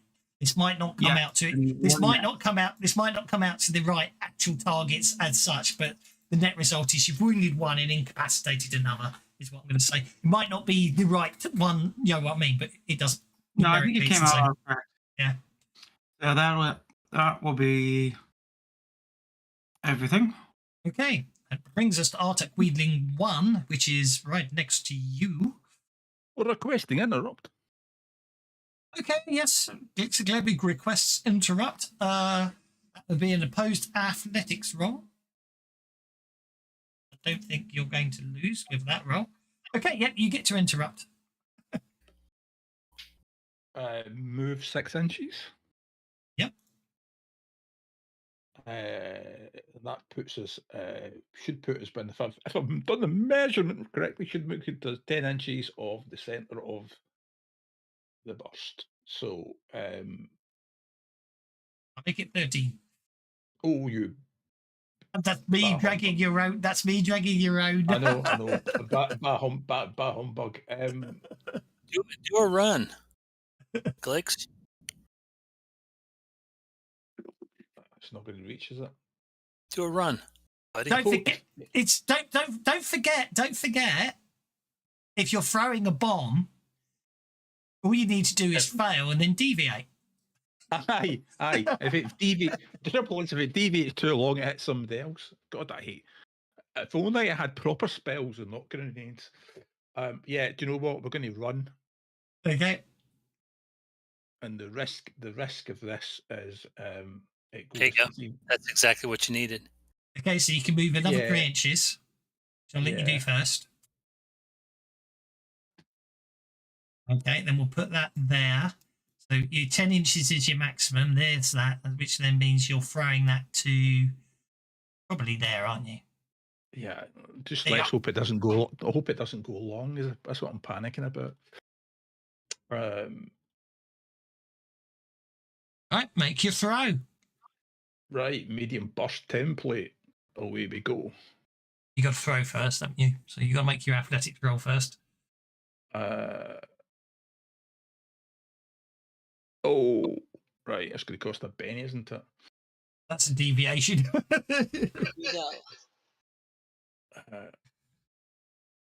Oh, look. Bang on the button. Oh, boy. Nothing to bang about. Right. So that's going to land exactly where I want it. Medium burst template. And it's going to go bang. Wheedling 2 fails to avoid it. However, I don't know if it's evadable. It might be. Okay. So the Star Horror evades. It's an area of effect, isn't it? And you threw something at them, so they do get, if they see it coming. Well, an area effect doesn't necessarily mean you can evade. It just means where it's if it's got evadable written in the thing. Hey, it's Advanced Player's Guide. I agree. If it doesn't say it can be evaded. If it doesn't, are you actually throwing? See, now the thing is, this is an advanced character. This is an advanced character class, and he does not cast spells, area attack spells. He literally throws a grenade, and So therefore, the question is, does it telegraph to the opponent? If you see it coming towards you, you go, "Oh shit, I'm going to get out of the way." So to be metagaming about it, if you have an attack roll, probably shouldn't also have an evade roll. No, but that's how breath weapons work, don't they? No. Breath weapons work with attack rolls and evade rolls. It's got to do with the speed of firing or the speed of the projectile. If I shoot a bullet, then unless you're Superman, you're not going to get out of the way in time. But if I throw a baseball, people might go, "Oh, he's throwing a baseball. I'll jump out of the way." An extension, their own personal magic must be used instantly. They cannot be stored. They aren't powers and can't use selective power modifier, although they can use power modifiers such as lingering damage. Allies must be aware getting caught in a splash zone. A critical failure means you've run out of volatile chemicals and cannot use this ability again until your supplies. It does not say it can be evaded, and therefore it can't be evaded. Simple as that. That's the ruling on area of effect attacks. It has to state if it can be evaded or not. If it doesn't state it can be evaded, then it can't be. So your bombs can't be evaded, which also means players can't dive out of the way. That's why. But yeah, it just has the yes, they can't be evaded, but then they can bounce and hit players, and I can't change power modifiers at all, so I can't make them selective. Okay, well the Arctic Star Horror fails to soak the damage. Takes 3 wounds and do the Wheedling. Roll the damage. Oh yeah, Is it a Jane Wheedling? Go Spaces. Anyone? Jane Wheedling. She was in Clue. Singing Telegram. No one. Oh, I am your singing telegram. Okay, I do remember that film. It's a long time since I've seen it. Okay, I am going to use Gooey Tongue on Sargon.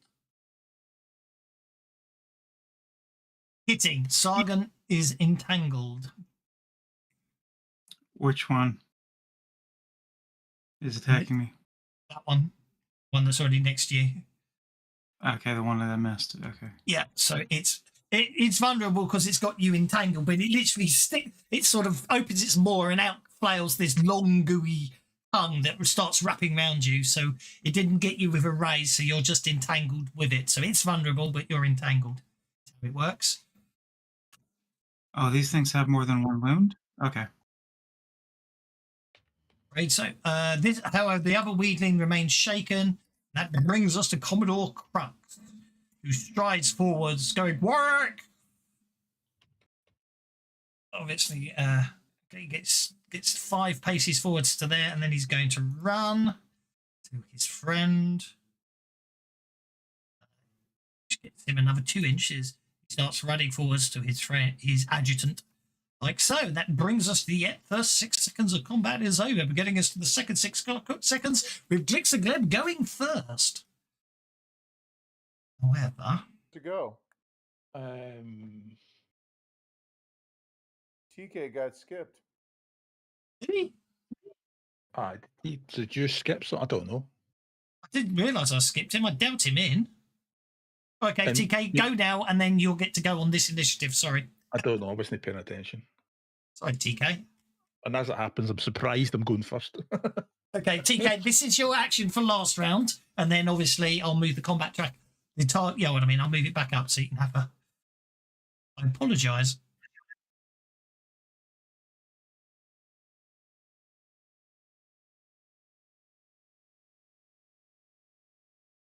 No worries. I mean, don't let me. You know, is what it is.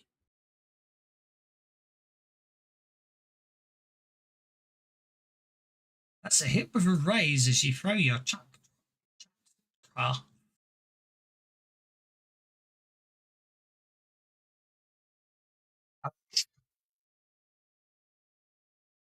Okay. Gonna do it. Okay. Yep. You hit it. It buds into the plant-like creature with a crunch, and basically the creature it's stuck in it, and the creature's oozing sap. Okay, Glixagleb, you are going first.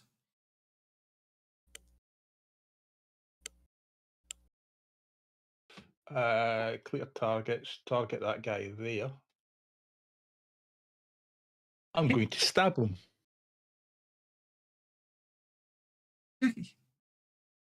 Because I have a reach weapon and extendable arms. No problem.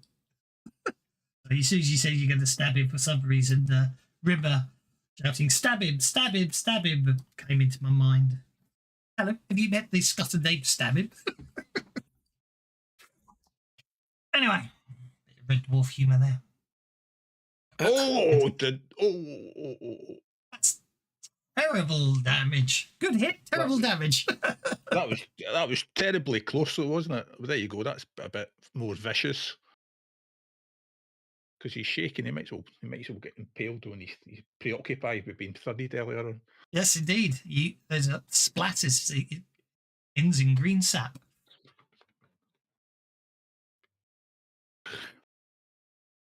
Trist. Trist, having expended so much power getting her and Worthington into the fight, is going to go a little more mundane. Draw her bow. Held my.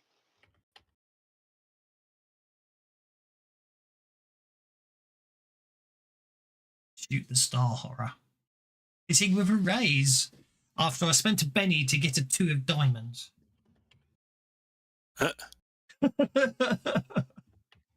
It's so frustrating, isn't it? It is. Oh no, I'm spending a penny. I don't like that damage. Roll again.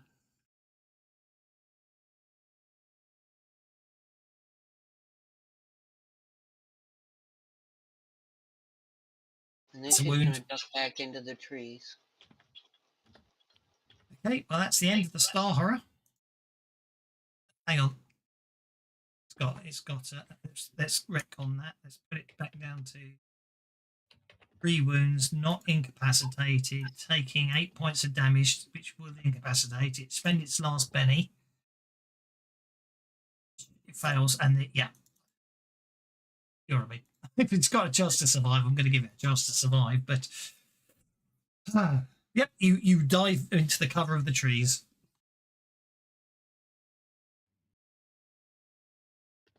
Irvington, Pettigrew, Trundlefoot, the Fourth, and Mortimer. I guess if Warwick, he's an ally. He's an ally. He is. Already halfway up a tree.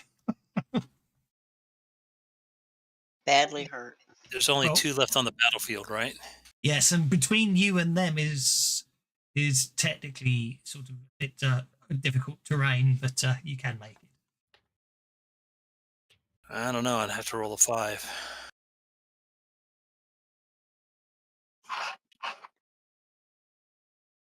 Is anybody vulnerable? I'm entangled.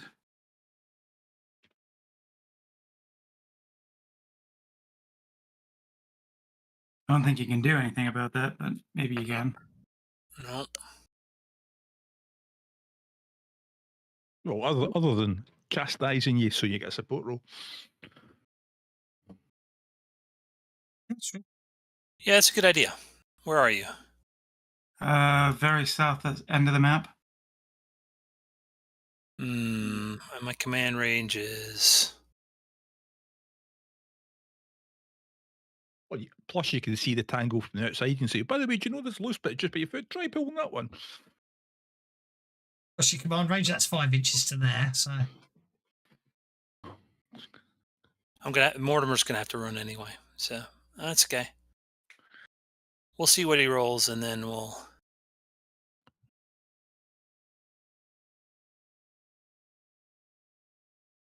Sheet. All right, because I have my banner out, all allies get a free roll on their run if they're within 10 inches. It's okay. The Mortimer's an ally, so he gets a free reroll. Told you need to start working out, Morty. You can round that up to 4 inches.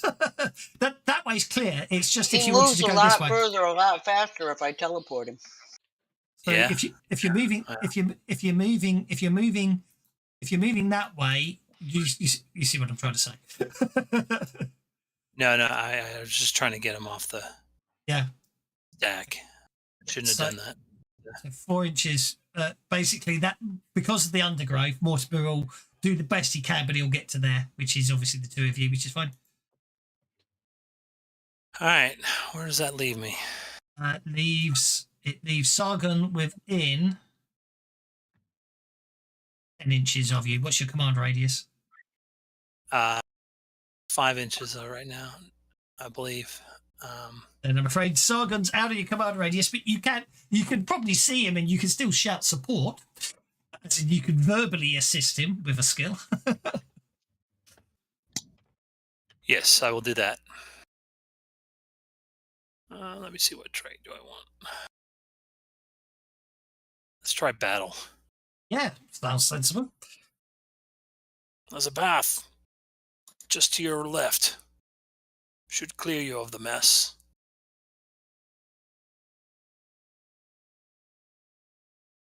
Thick.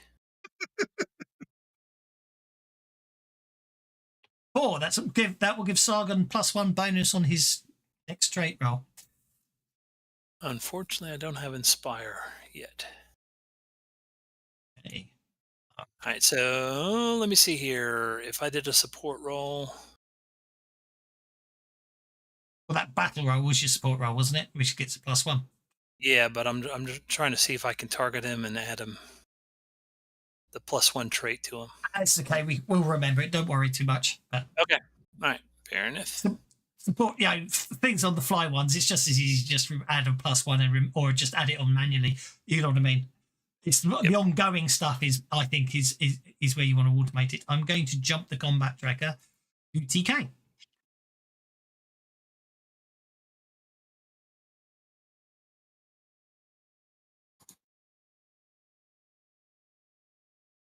Well,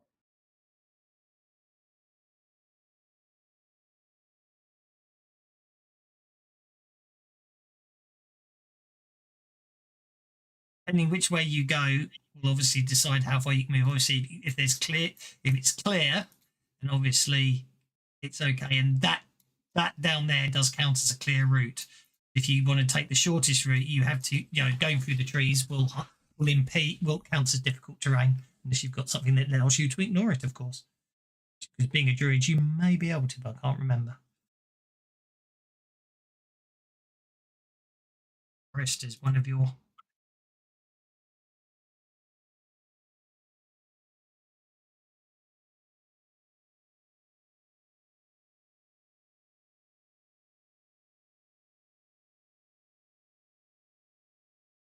Okay, you get to basically you stand in that clearing, looking up. 12 feet above you is the GIF hanging from a tree. okay.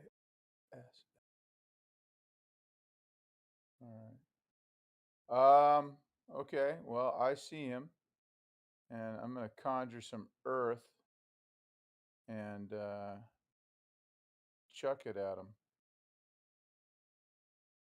Okay. Using my elemental manipulation. Oh, I meant to drop conviction on that, but that's okay. I figure I'll spend it. But I'll spend a penny. I got a bunch of them, so I'll just do it. Reroll it. Doesn't matter.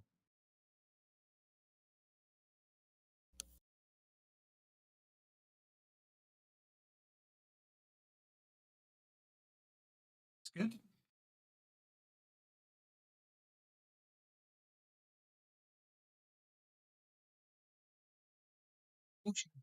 Conviction damage roll there. That's a wound. Takes it out. That was the one that Sargon had wounded as opposed to incapacitated. So you finished that one off. Oh, Buzz is there actually. I don't see him on the thing, but that's fine. He's riding around. He's on my shoulder. Okay. He's cool. That's okay then.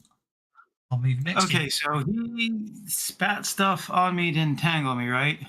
He's using his obviously, in inverted commas, his tongue to entangle you, as it were, a gooey tongue. Oh, okay. In which case, I'm going to use my limited free action to boost my athletics. I also used a Benny that I forgot that I dropped on him by accident. If you could give me one back, just in case I need it. Thank you. All right.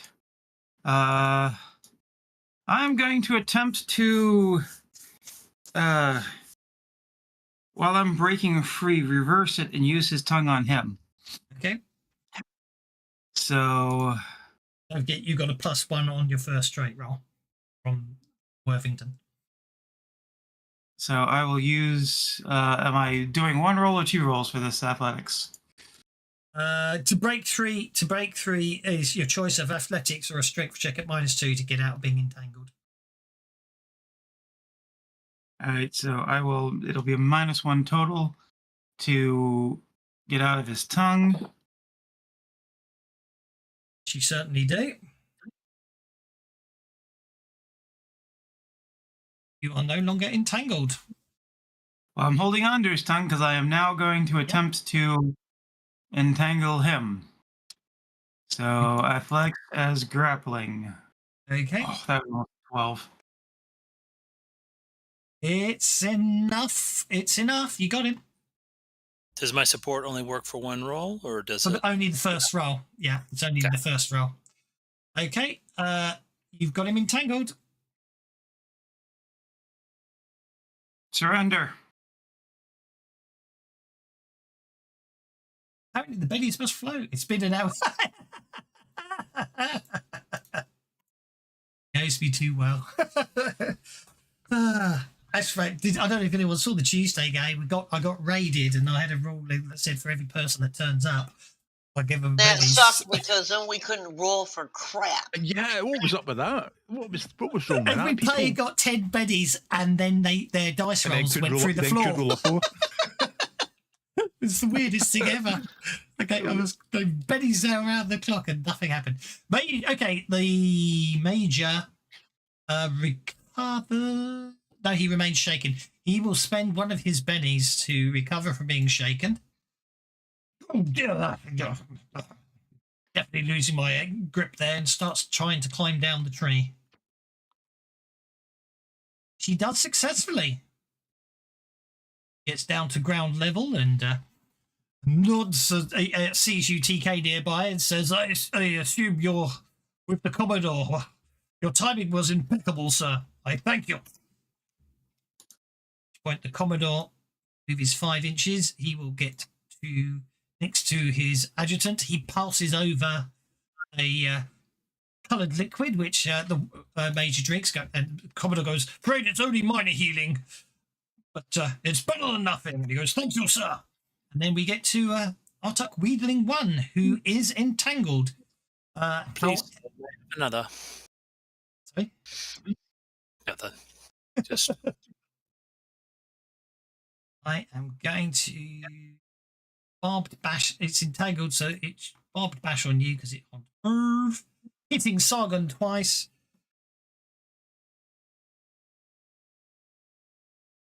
Tangle makes you vulnerable now, doesn't it? It used to make you distracted. That's the difference.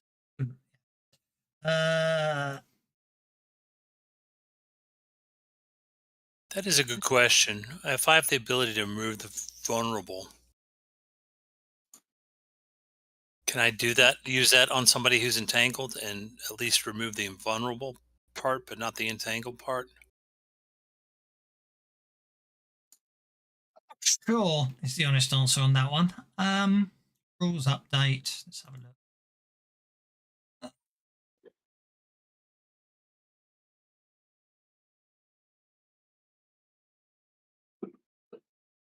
I would think yes, but then thinking about it practically, it's like, well, if you're still entangled, yes, that's my thinking. Still vulnerable. I mean, think it would make sense, like, to not get the penalty, but then again, it's like 4, 8, 12, 3 wounds. He dealt me what, 4? So Oh shit! I went on the wrong one. That's okay. Don't worry. So if I swap them round, if I swap the soak rolls round to the other way, you completely soaked one of them, and the other one. The net result is you end up with 1 wound. Okay. I just swapped around, which order it soaks them in. Don't worry. So because obviously you would have been doing the rolls for the big one. So yeah, although it's tangled up in its own tongue, it's just flailing wildly at you with its barbed branches. I was being nice, so I know you were being nice. Unfortunately, for reasons that you wouldn't necessarily know these things. no, that's fine. It's your go. I think Warwick committed a religious offence to the plants, and therefore, anyway, we'll find out. Sargon, you're up, sir. Obviously, you've got it entangled, so it should count as being vulnerable when you attack it back. Yeah, but you're up first. Okay. I will try to kill it. Stab. Okay. Stab.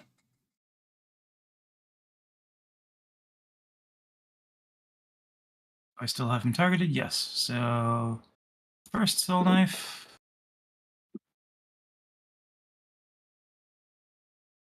That hit. And then my left foot. Doesn't hit. Well, I mean, when I say doesn't hit, it doesn't. It's not a damaging hit, I should say. 2 wounds. That will incapacitate it.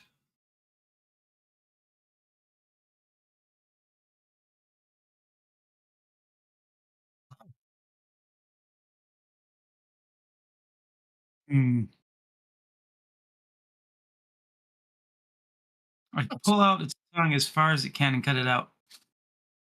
No and problem do that at to the all. other one. Okay.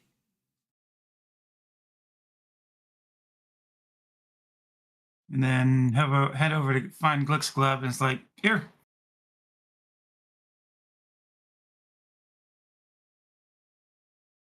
Yeah, well, you can move.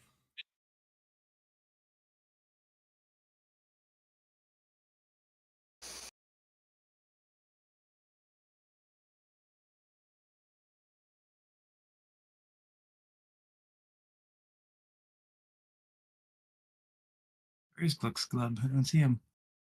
I was up in the bushes. I saw a guy try to flank, and I ran up and stabbed him. So what's going on? As Condact over, Driscoll come wandering out of the woods playing. I have to admit, I can't see Glick's glib on the map. That's because I'm green in a green bush. Oh yeah, you are. You don't have a paw. That's right. That's really good camouflage. I hand over a bunch of those sticky tongues to you. Yeah, so what are these? Sorry, I've lost it, but I couldn't see what was going on with all the trees. I think they're all dead now. Yep. So what's the sticky things? Major it's their tongue. It's really sticky, though. Maybe you can use it for something. I wonder if you can make a sticky bomb. Okay, so basically, Major Royak drinks the healing potion, salutes the Commodore, and says, "Permission to come aboard, sir." The earth heaves and 2 massive armoured creatures burst from the ground before the Commodore can reply. Royak shouts, "Bullets!" He's obviously not French. Well, you see, I always thought they were boulet, but actually, I just went on to the DSR site earlier because they could tell you how to pronounce them now. And according to the TSR site, they are bullets. I always thought of them as boulets, but apparently they're, according to TSR, they're bullets. But the reason I say it's really fascinating is I'm going to have to compare the stats later because obviously these are my version of them, whereas last night I did actually convert the official Savage Pathfinder version of them, so I'm going to have to compare the stats later. I suspect mine are nastier. So if they do a run, are they Russian boulets? Oh, You know, I'm Where's sorry. Benny? That's a negative, Benny. That's a negative, Benny. I'm grading that one a negative, Benny. Actually, no, it's very good. I'll give you one as well. It was a very good. Okie dokie. I need everybody. Hang on. You might be okay. No, I need everybody to make an agility check, please. Will be knocked prone as they burst out of the ground beneath you.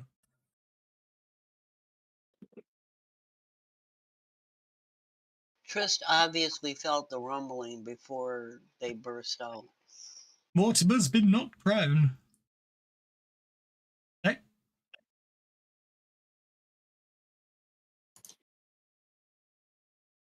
It's agility. Agility. Can I make a riding roll to? Well, assuming I make my agility roll, can I make a riding roll to keep him from falling? You can. That is one of your abilities, isn't it? Yes. Mortimer's so squishy, it should just be like nothing. Well, I just don't want to be underneath him when he decides to do a barrel roll.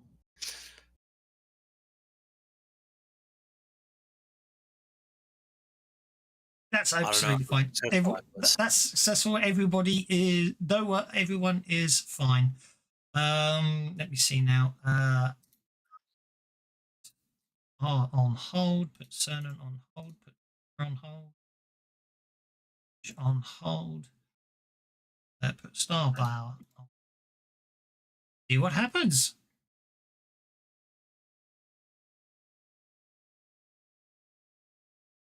Silence. I am watching my Savage Worlds and my wine.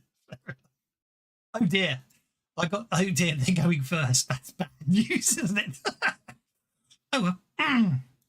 They got the ace and king of spades. Ouch. Okie dokie.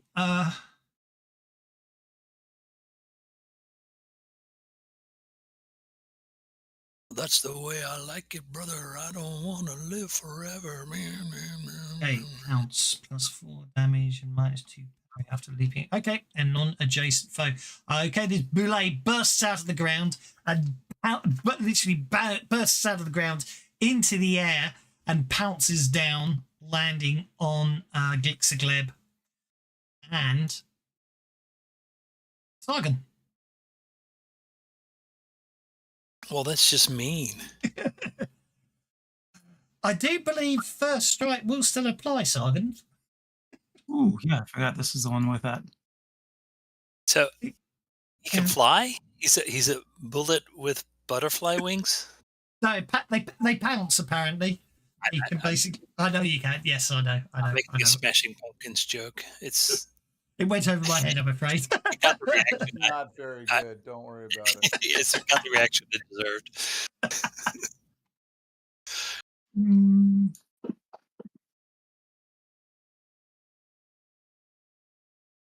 Let's have a look. Let's see how grossly unfair I have been to you on when it comes to the stats.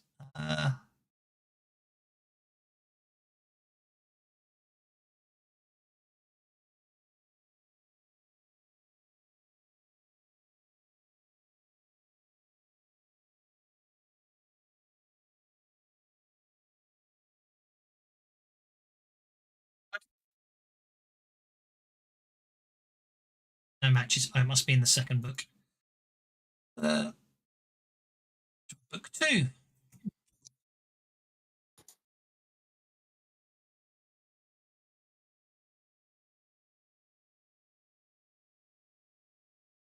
There's some very weird searching going on here. Type in Boulay and it comes up evil. Okay, forget it. I can't remember where. Obviously, I'm mistaken. Okay, so I'm going to do a. Right, let's get it the right way around. I'm going to do a bite attack on Glixagleb. It's not very nice. And then I'm going to do a claw, which misses. I'm then going to do a claw attack on Sargon, which also misses. Then Boule number 1 is going to come barreling into here and do the same thing, getting a bite.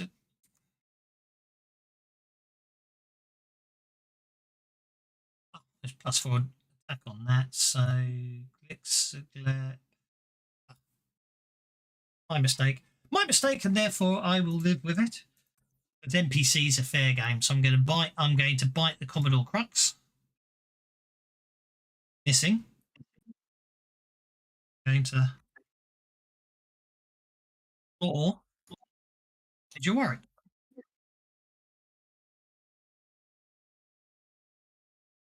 That hits with a raise. So Major Rorick takes.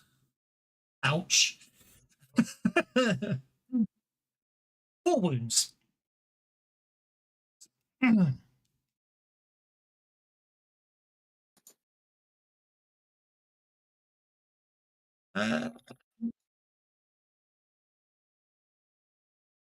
Major Warwick is basically pinned. This thing leaps out to the ground and swipes at Major Warwick, who basically falls backwards, bleeding profusely. Sargon, you're up, sir. Okay. I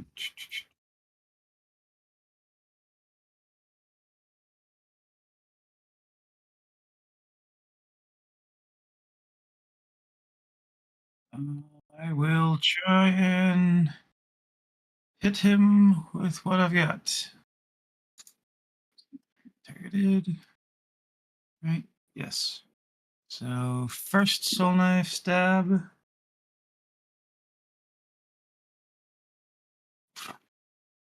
Second soul knife stab.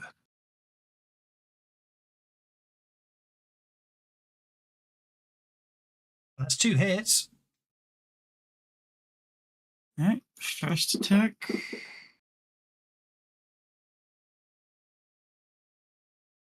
$17. 19. Bearing in mind, running away is a perfectly viable tactic. And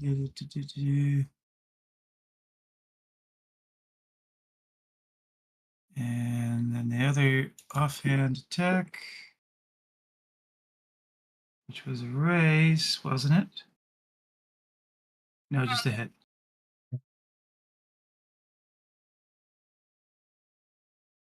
Unharmed. Glixagleb, distracted. I need to get some distance.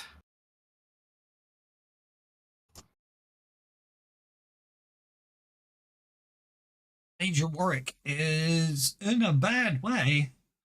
However, he slashes at the Boule with his long sword. Oh, I forgot to move. Oh, well. Missing. Trist, you're up.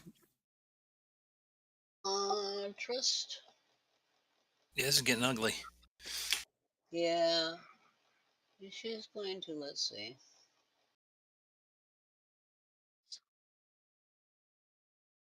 Okay.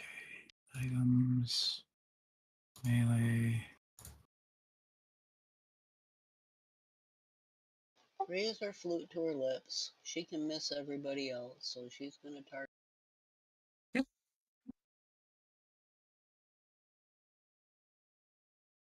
A blast from her trumpet. That's hits.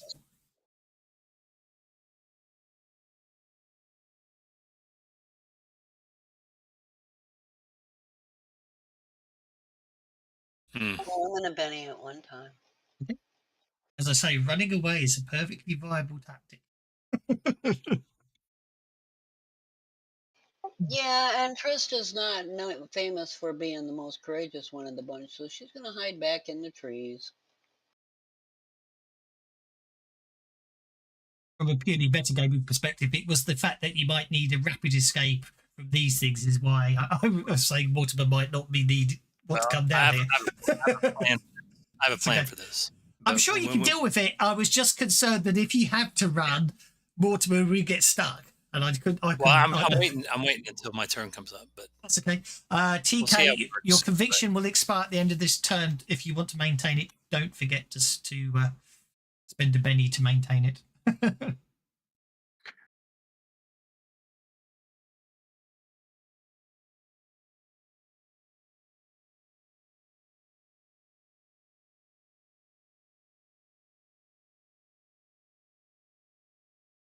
Tokens aren't locked, are they? Oh, sorry. I shall look them again now. There you go. Thank you for reminding me.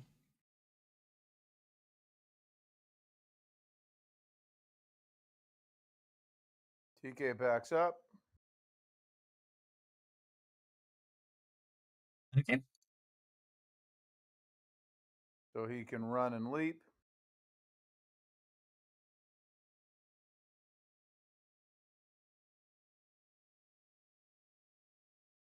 So, leap. You can leap onto its back. Oh. Very armored hide.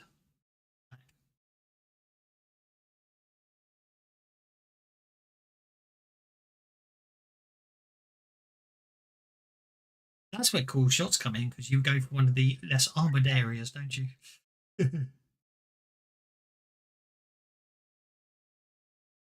So it looks like they both hit. Those are really low rolls, though. So, and we're coming up against it. So, Should have done that. Oh well.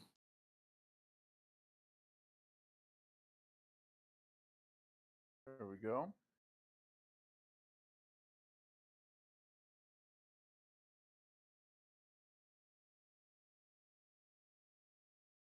Oh. That was close.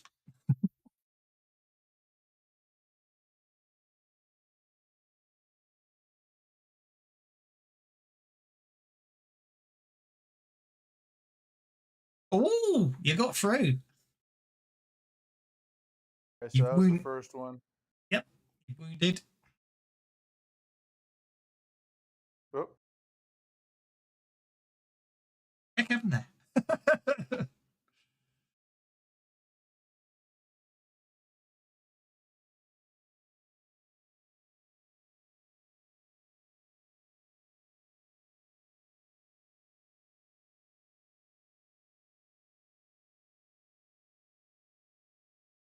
And a second. Oh, you took it out.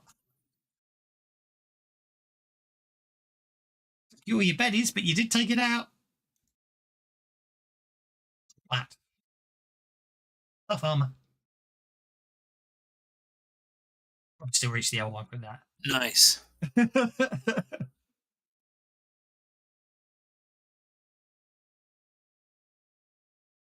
Worthington, Trundle, Degree the Fourth. I'm afraid. Well, the other ones. The name of the tree, but what is the tree's name? Starbow. Yes, Starbow. Take the ship off the cliff and bring the deck level to the ground. Yeah, I like that. I can't physically move it on the map, but that's a good idea. Goes the wind shear might damage the ship, he shouts. But anyway, let's Hopefully see. you won't have to hold it for long. We got this. Cernan buggers it. I think. Buggered up. Cernan buggers up the roll. Let's try again. Cernan buggers up the roll. Damn it. Cernan back to the roll. someone needs to make the bennies flow since I spent all my. Someone already said it. I had missed it. It had been said. 2 minutes ago, I just missed it. I just saw it coming in. I see. Come it's not going. There we go.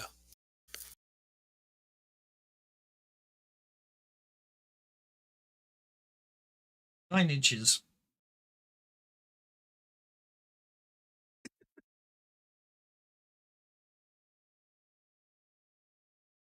Hold her steady, Cernan.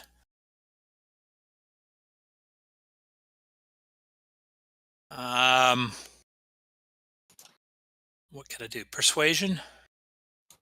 Yep. Yeah. I'm going to give him a support roll. Okay.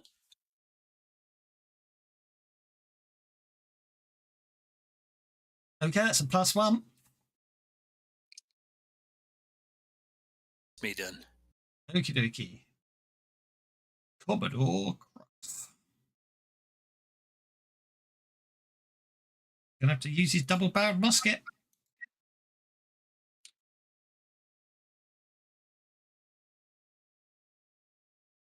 That's a hit.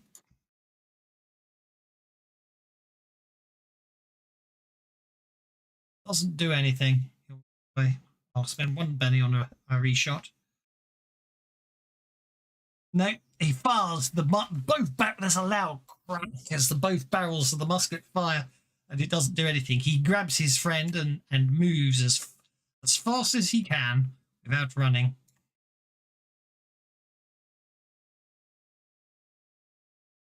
Okie dokie. That brings us to Glixagleb, who's been asked by Sargon to distract it. Or make it vulnerable, but distraction's probably a little bit.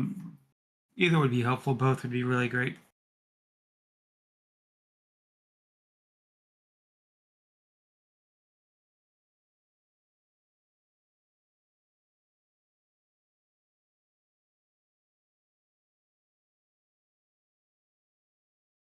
Glixagleb, are you there?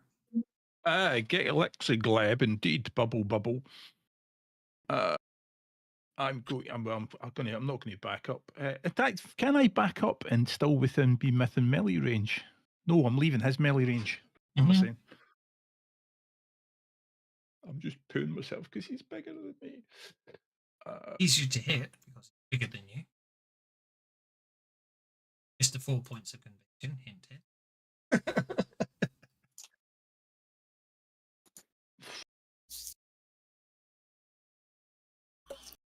Do you know what? I'm going to be stupid because I can. I'm going to go in wild attack. Okay. This could end up bad.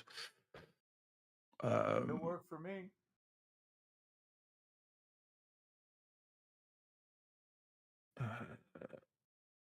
Why? The only thing about this is, see, you type in, you go to apply wild attack because we've got so many shape change powers. It's like, what?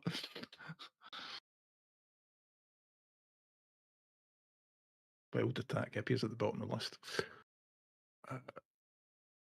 Yes, so let's wild attack and stab. Okie dokie. You hit it with a raise. Yes, I think. Well, it is bigger than me, but I just thought I'd push my luck. Not going to accept that, though.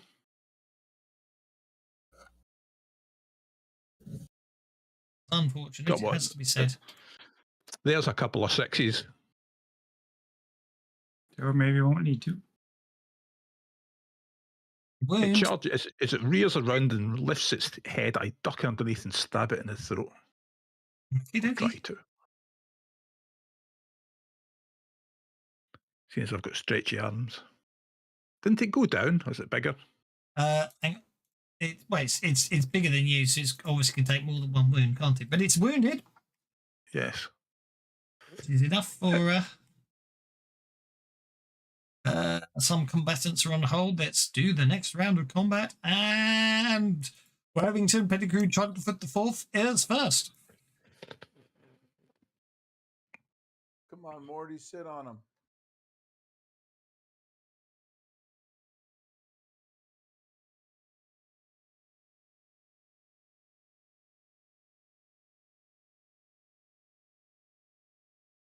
Right. I can't get to him really.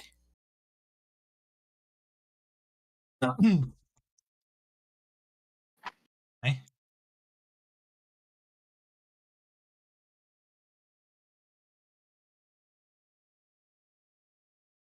I mean, maybe. You're taking this out.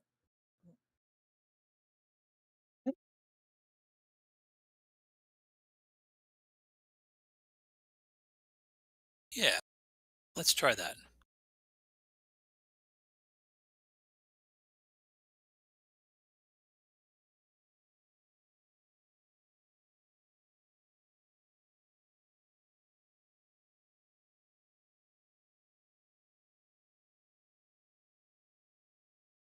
Sorry. Here goes nothing.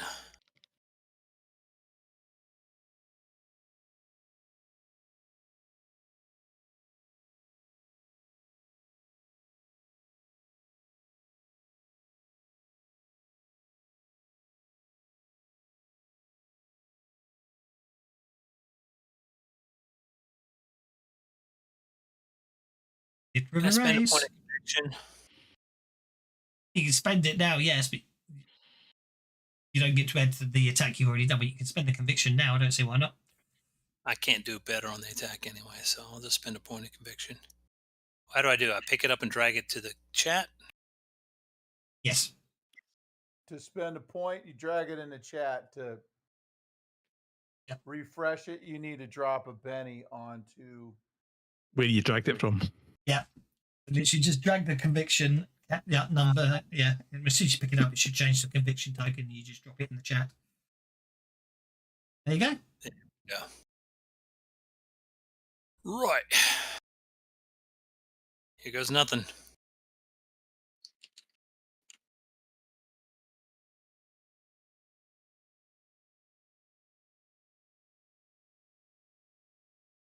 If you kill it, I won't need to do what I've just done. Which I don't know if let's see. Yeah. So you don't need the dramatic jump after all. Good.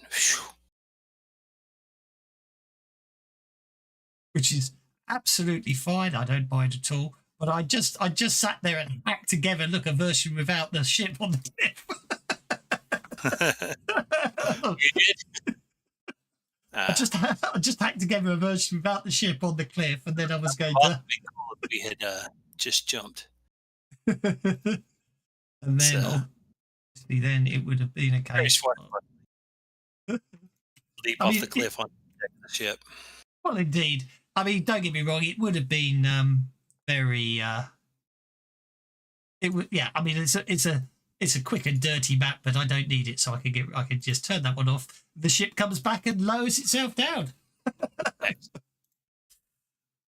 And yeah, you probably have to use the portal gun to get them back up. Or tricks can teleport him, but it's okay. We won't worry too much about how you get back up, because obviously, having defeated the bad guys, there's no rush and you can take your time. You can use the block and tackling to get him up, so that's not a problem. So basically, however, it has to be said that well, Crux carries his friend on board, but all well and good. And after thanking you all for a timely rescue, Warwick blasts him off, informs them that the coalition to defeat the Xerixian Empire doesn't exist, but a Mercane arms merchant named Vokarth may be the key to creating one. Boy, they're really hitting all the hits, aren't they? Indeed. That's why we need to destroy him. We need to get the princess in there and get her to do that ritual thing. Like Warwick points, if you want to form a coalition, you must first persuade Vokarth to call in his debts. The leaders of the various space-dreading factions are beholden to Vokarth and therefore willing to listen to him, and they command enough spell-jamming ships to form an armada.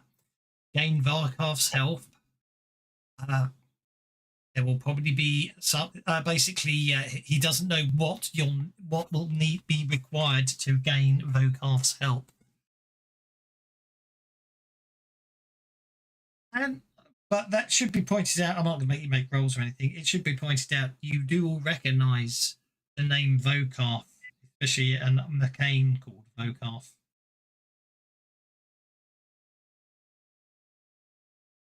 Which is where it gets interesting. See, this is your only hope to save the planet. But he was the one who sent the present to the old wolf at the academy that you delivered. You remember? The one with the bugs or something that we delivered to the headmaster dean or whatever. Indeed. When you were hunting for the traitor was working for Vokar.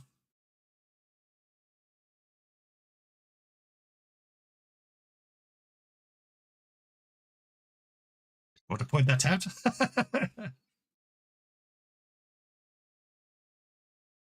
Okay. Oh, actually, I forgot. Actually, here we go. I've actually got some actual blurb I can give you rather than what I just paraphrased. So, my efforts to create a coalition have been unsuccessful. The fractions of Doomspace have little interest in battling the Zyrixian Empire, which only seems a distant threat to them. They would rather fight amongst themselves. You saw for yourself how prickly the Artuks were. My peaceful entreaty seems to have offended them. The only things these factions have in common is their hunger for ships and spelljamming helms and weapon things I can't provide. War is everyone's native tongue here, and the most fluent in it are the Mercanes, the blue giants that are making killing by sending ships, helms, and weapons to the other factions in exchange for raw mineral resources. But all is not lost. I have learned that the factions are in debt to a Mercane named Vokarth, and he might be willing to help us.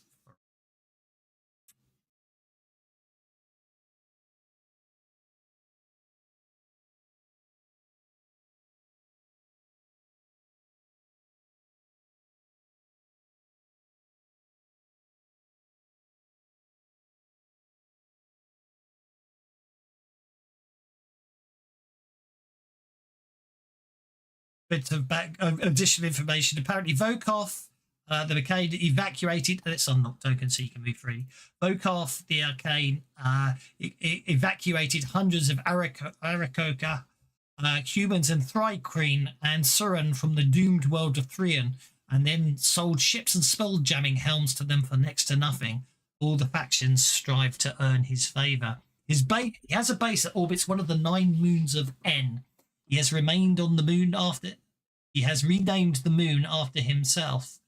So obviously, you'll have to plot a course to him.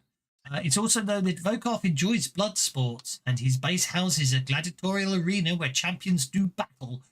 Fearsome creatures that Vokarth has transported from Thrian.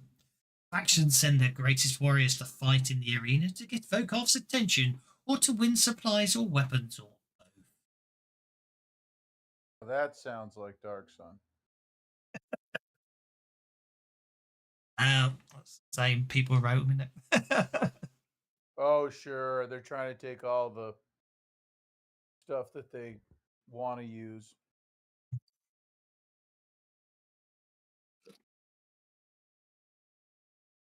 So if we go back to this map here, once you use the RE after a bit of studying, it does show a moon called Vokarth.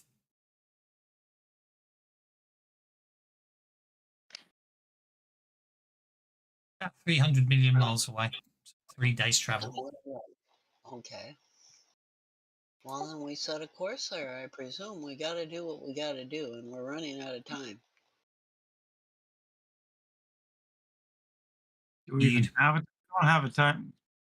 Don't really have a timeline outside of just Saving the universe. Saving the universe, indeed. I think that's a good point to leave it, as you're heading to Vokarth, and give everyone a chance to join us next time. I hope you enjoyed today. We killed enough stuff. We were rolling way better. He was certainly rolling way better.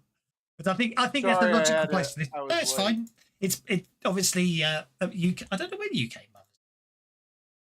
Well, I was listening the whole time, but like I said, I had to shuttle absolutely fine. Mother's Day gift out to another galaxy. So yeah, I thought ours was. Ours was back in March. I thought ours had come and gone.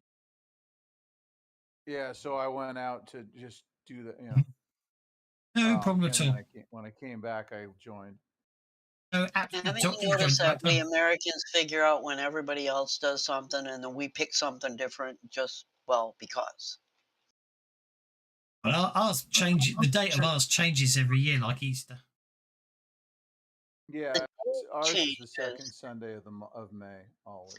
And Father's Day is always the third Sunday of June. We do a lot of that, and Thanksgiving is always the fourth Thursday of November. No, Thanksgiving is the 4th. Father's Day is the 3rd Sunday in June.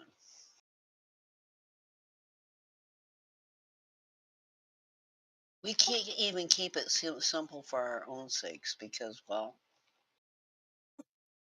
Well, as I say, I think that's a good place to leave it, just because obviously we can just pick it up with you travelling to Vokarth next time. I hope you enjoyed it all, and we'll see you on the next one. We'll see you for the next one.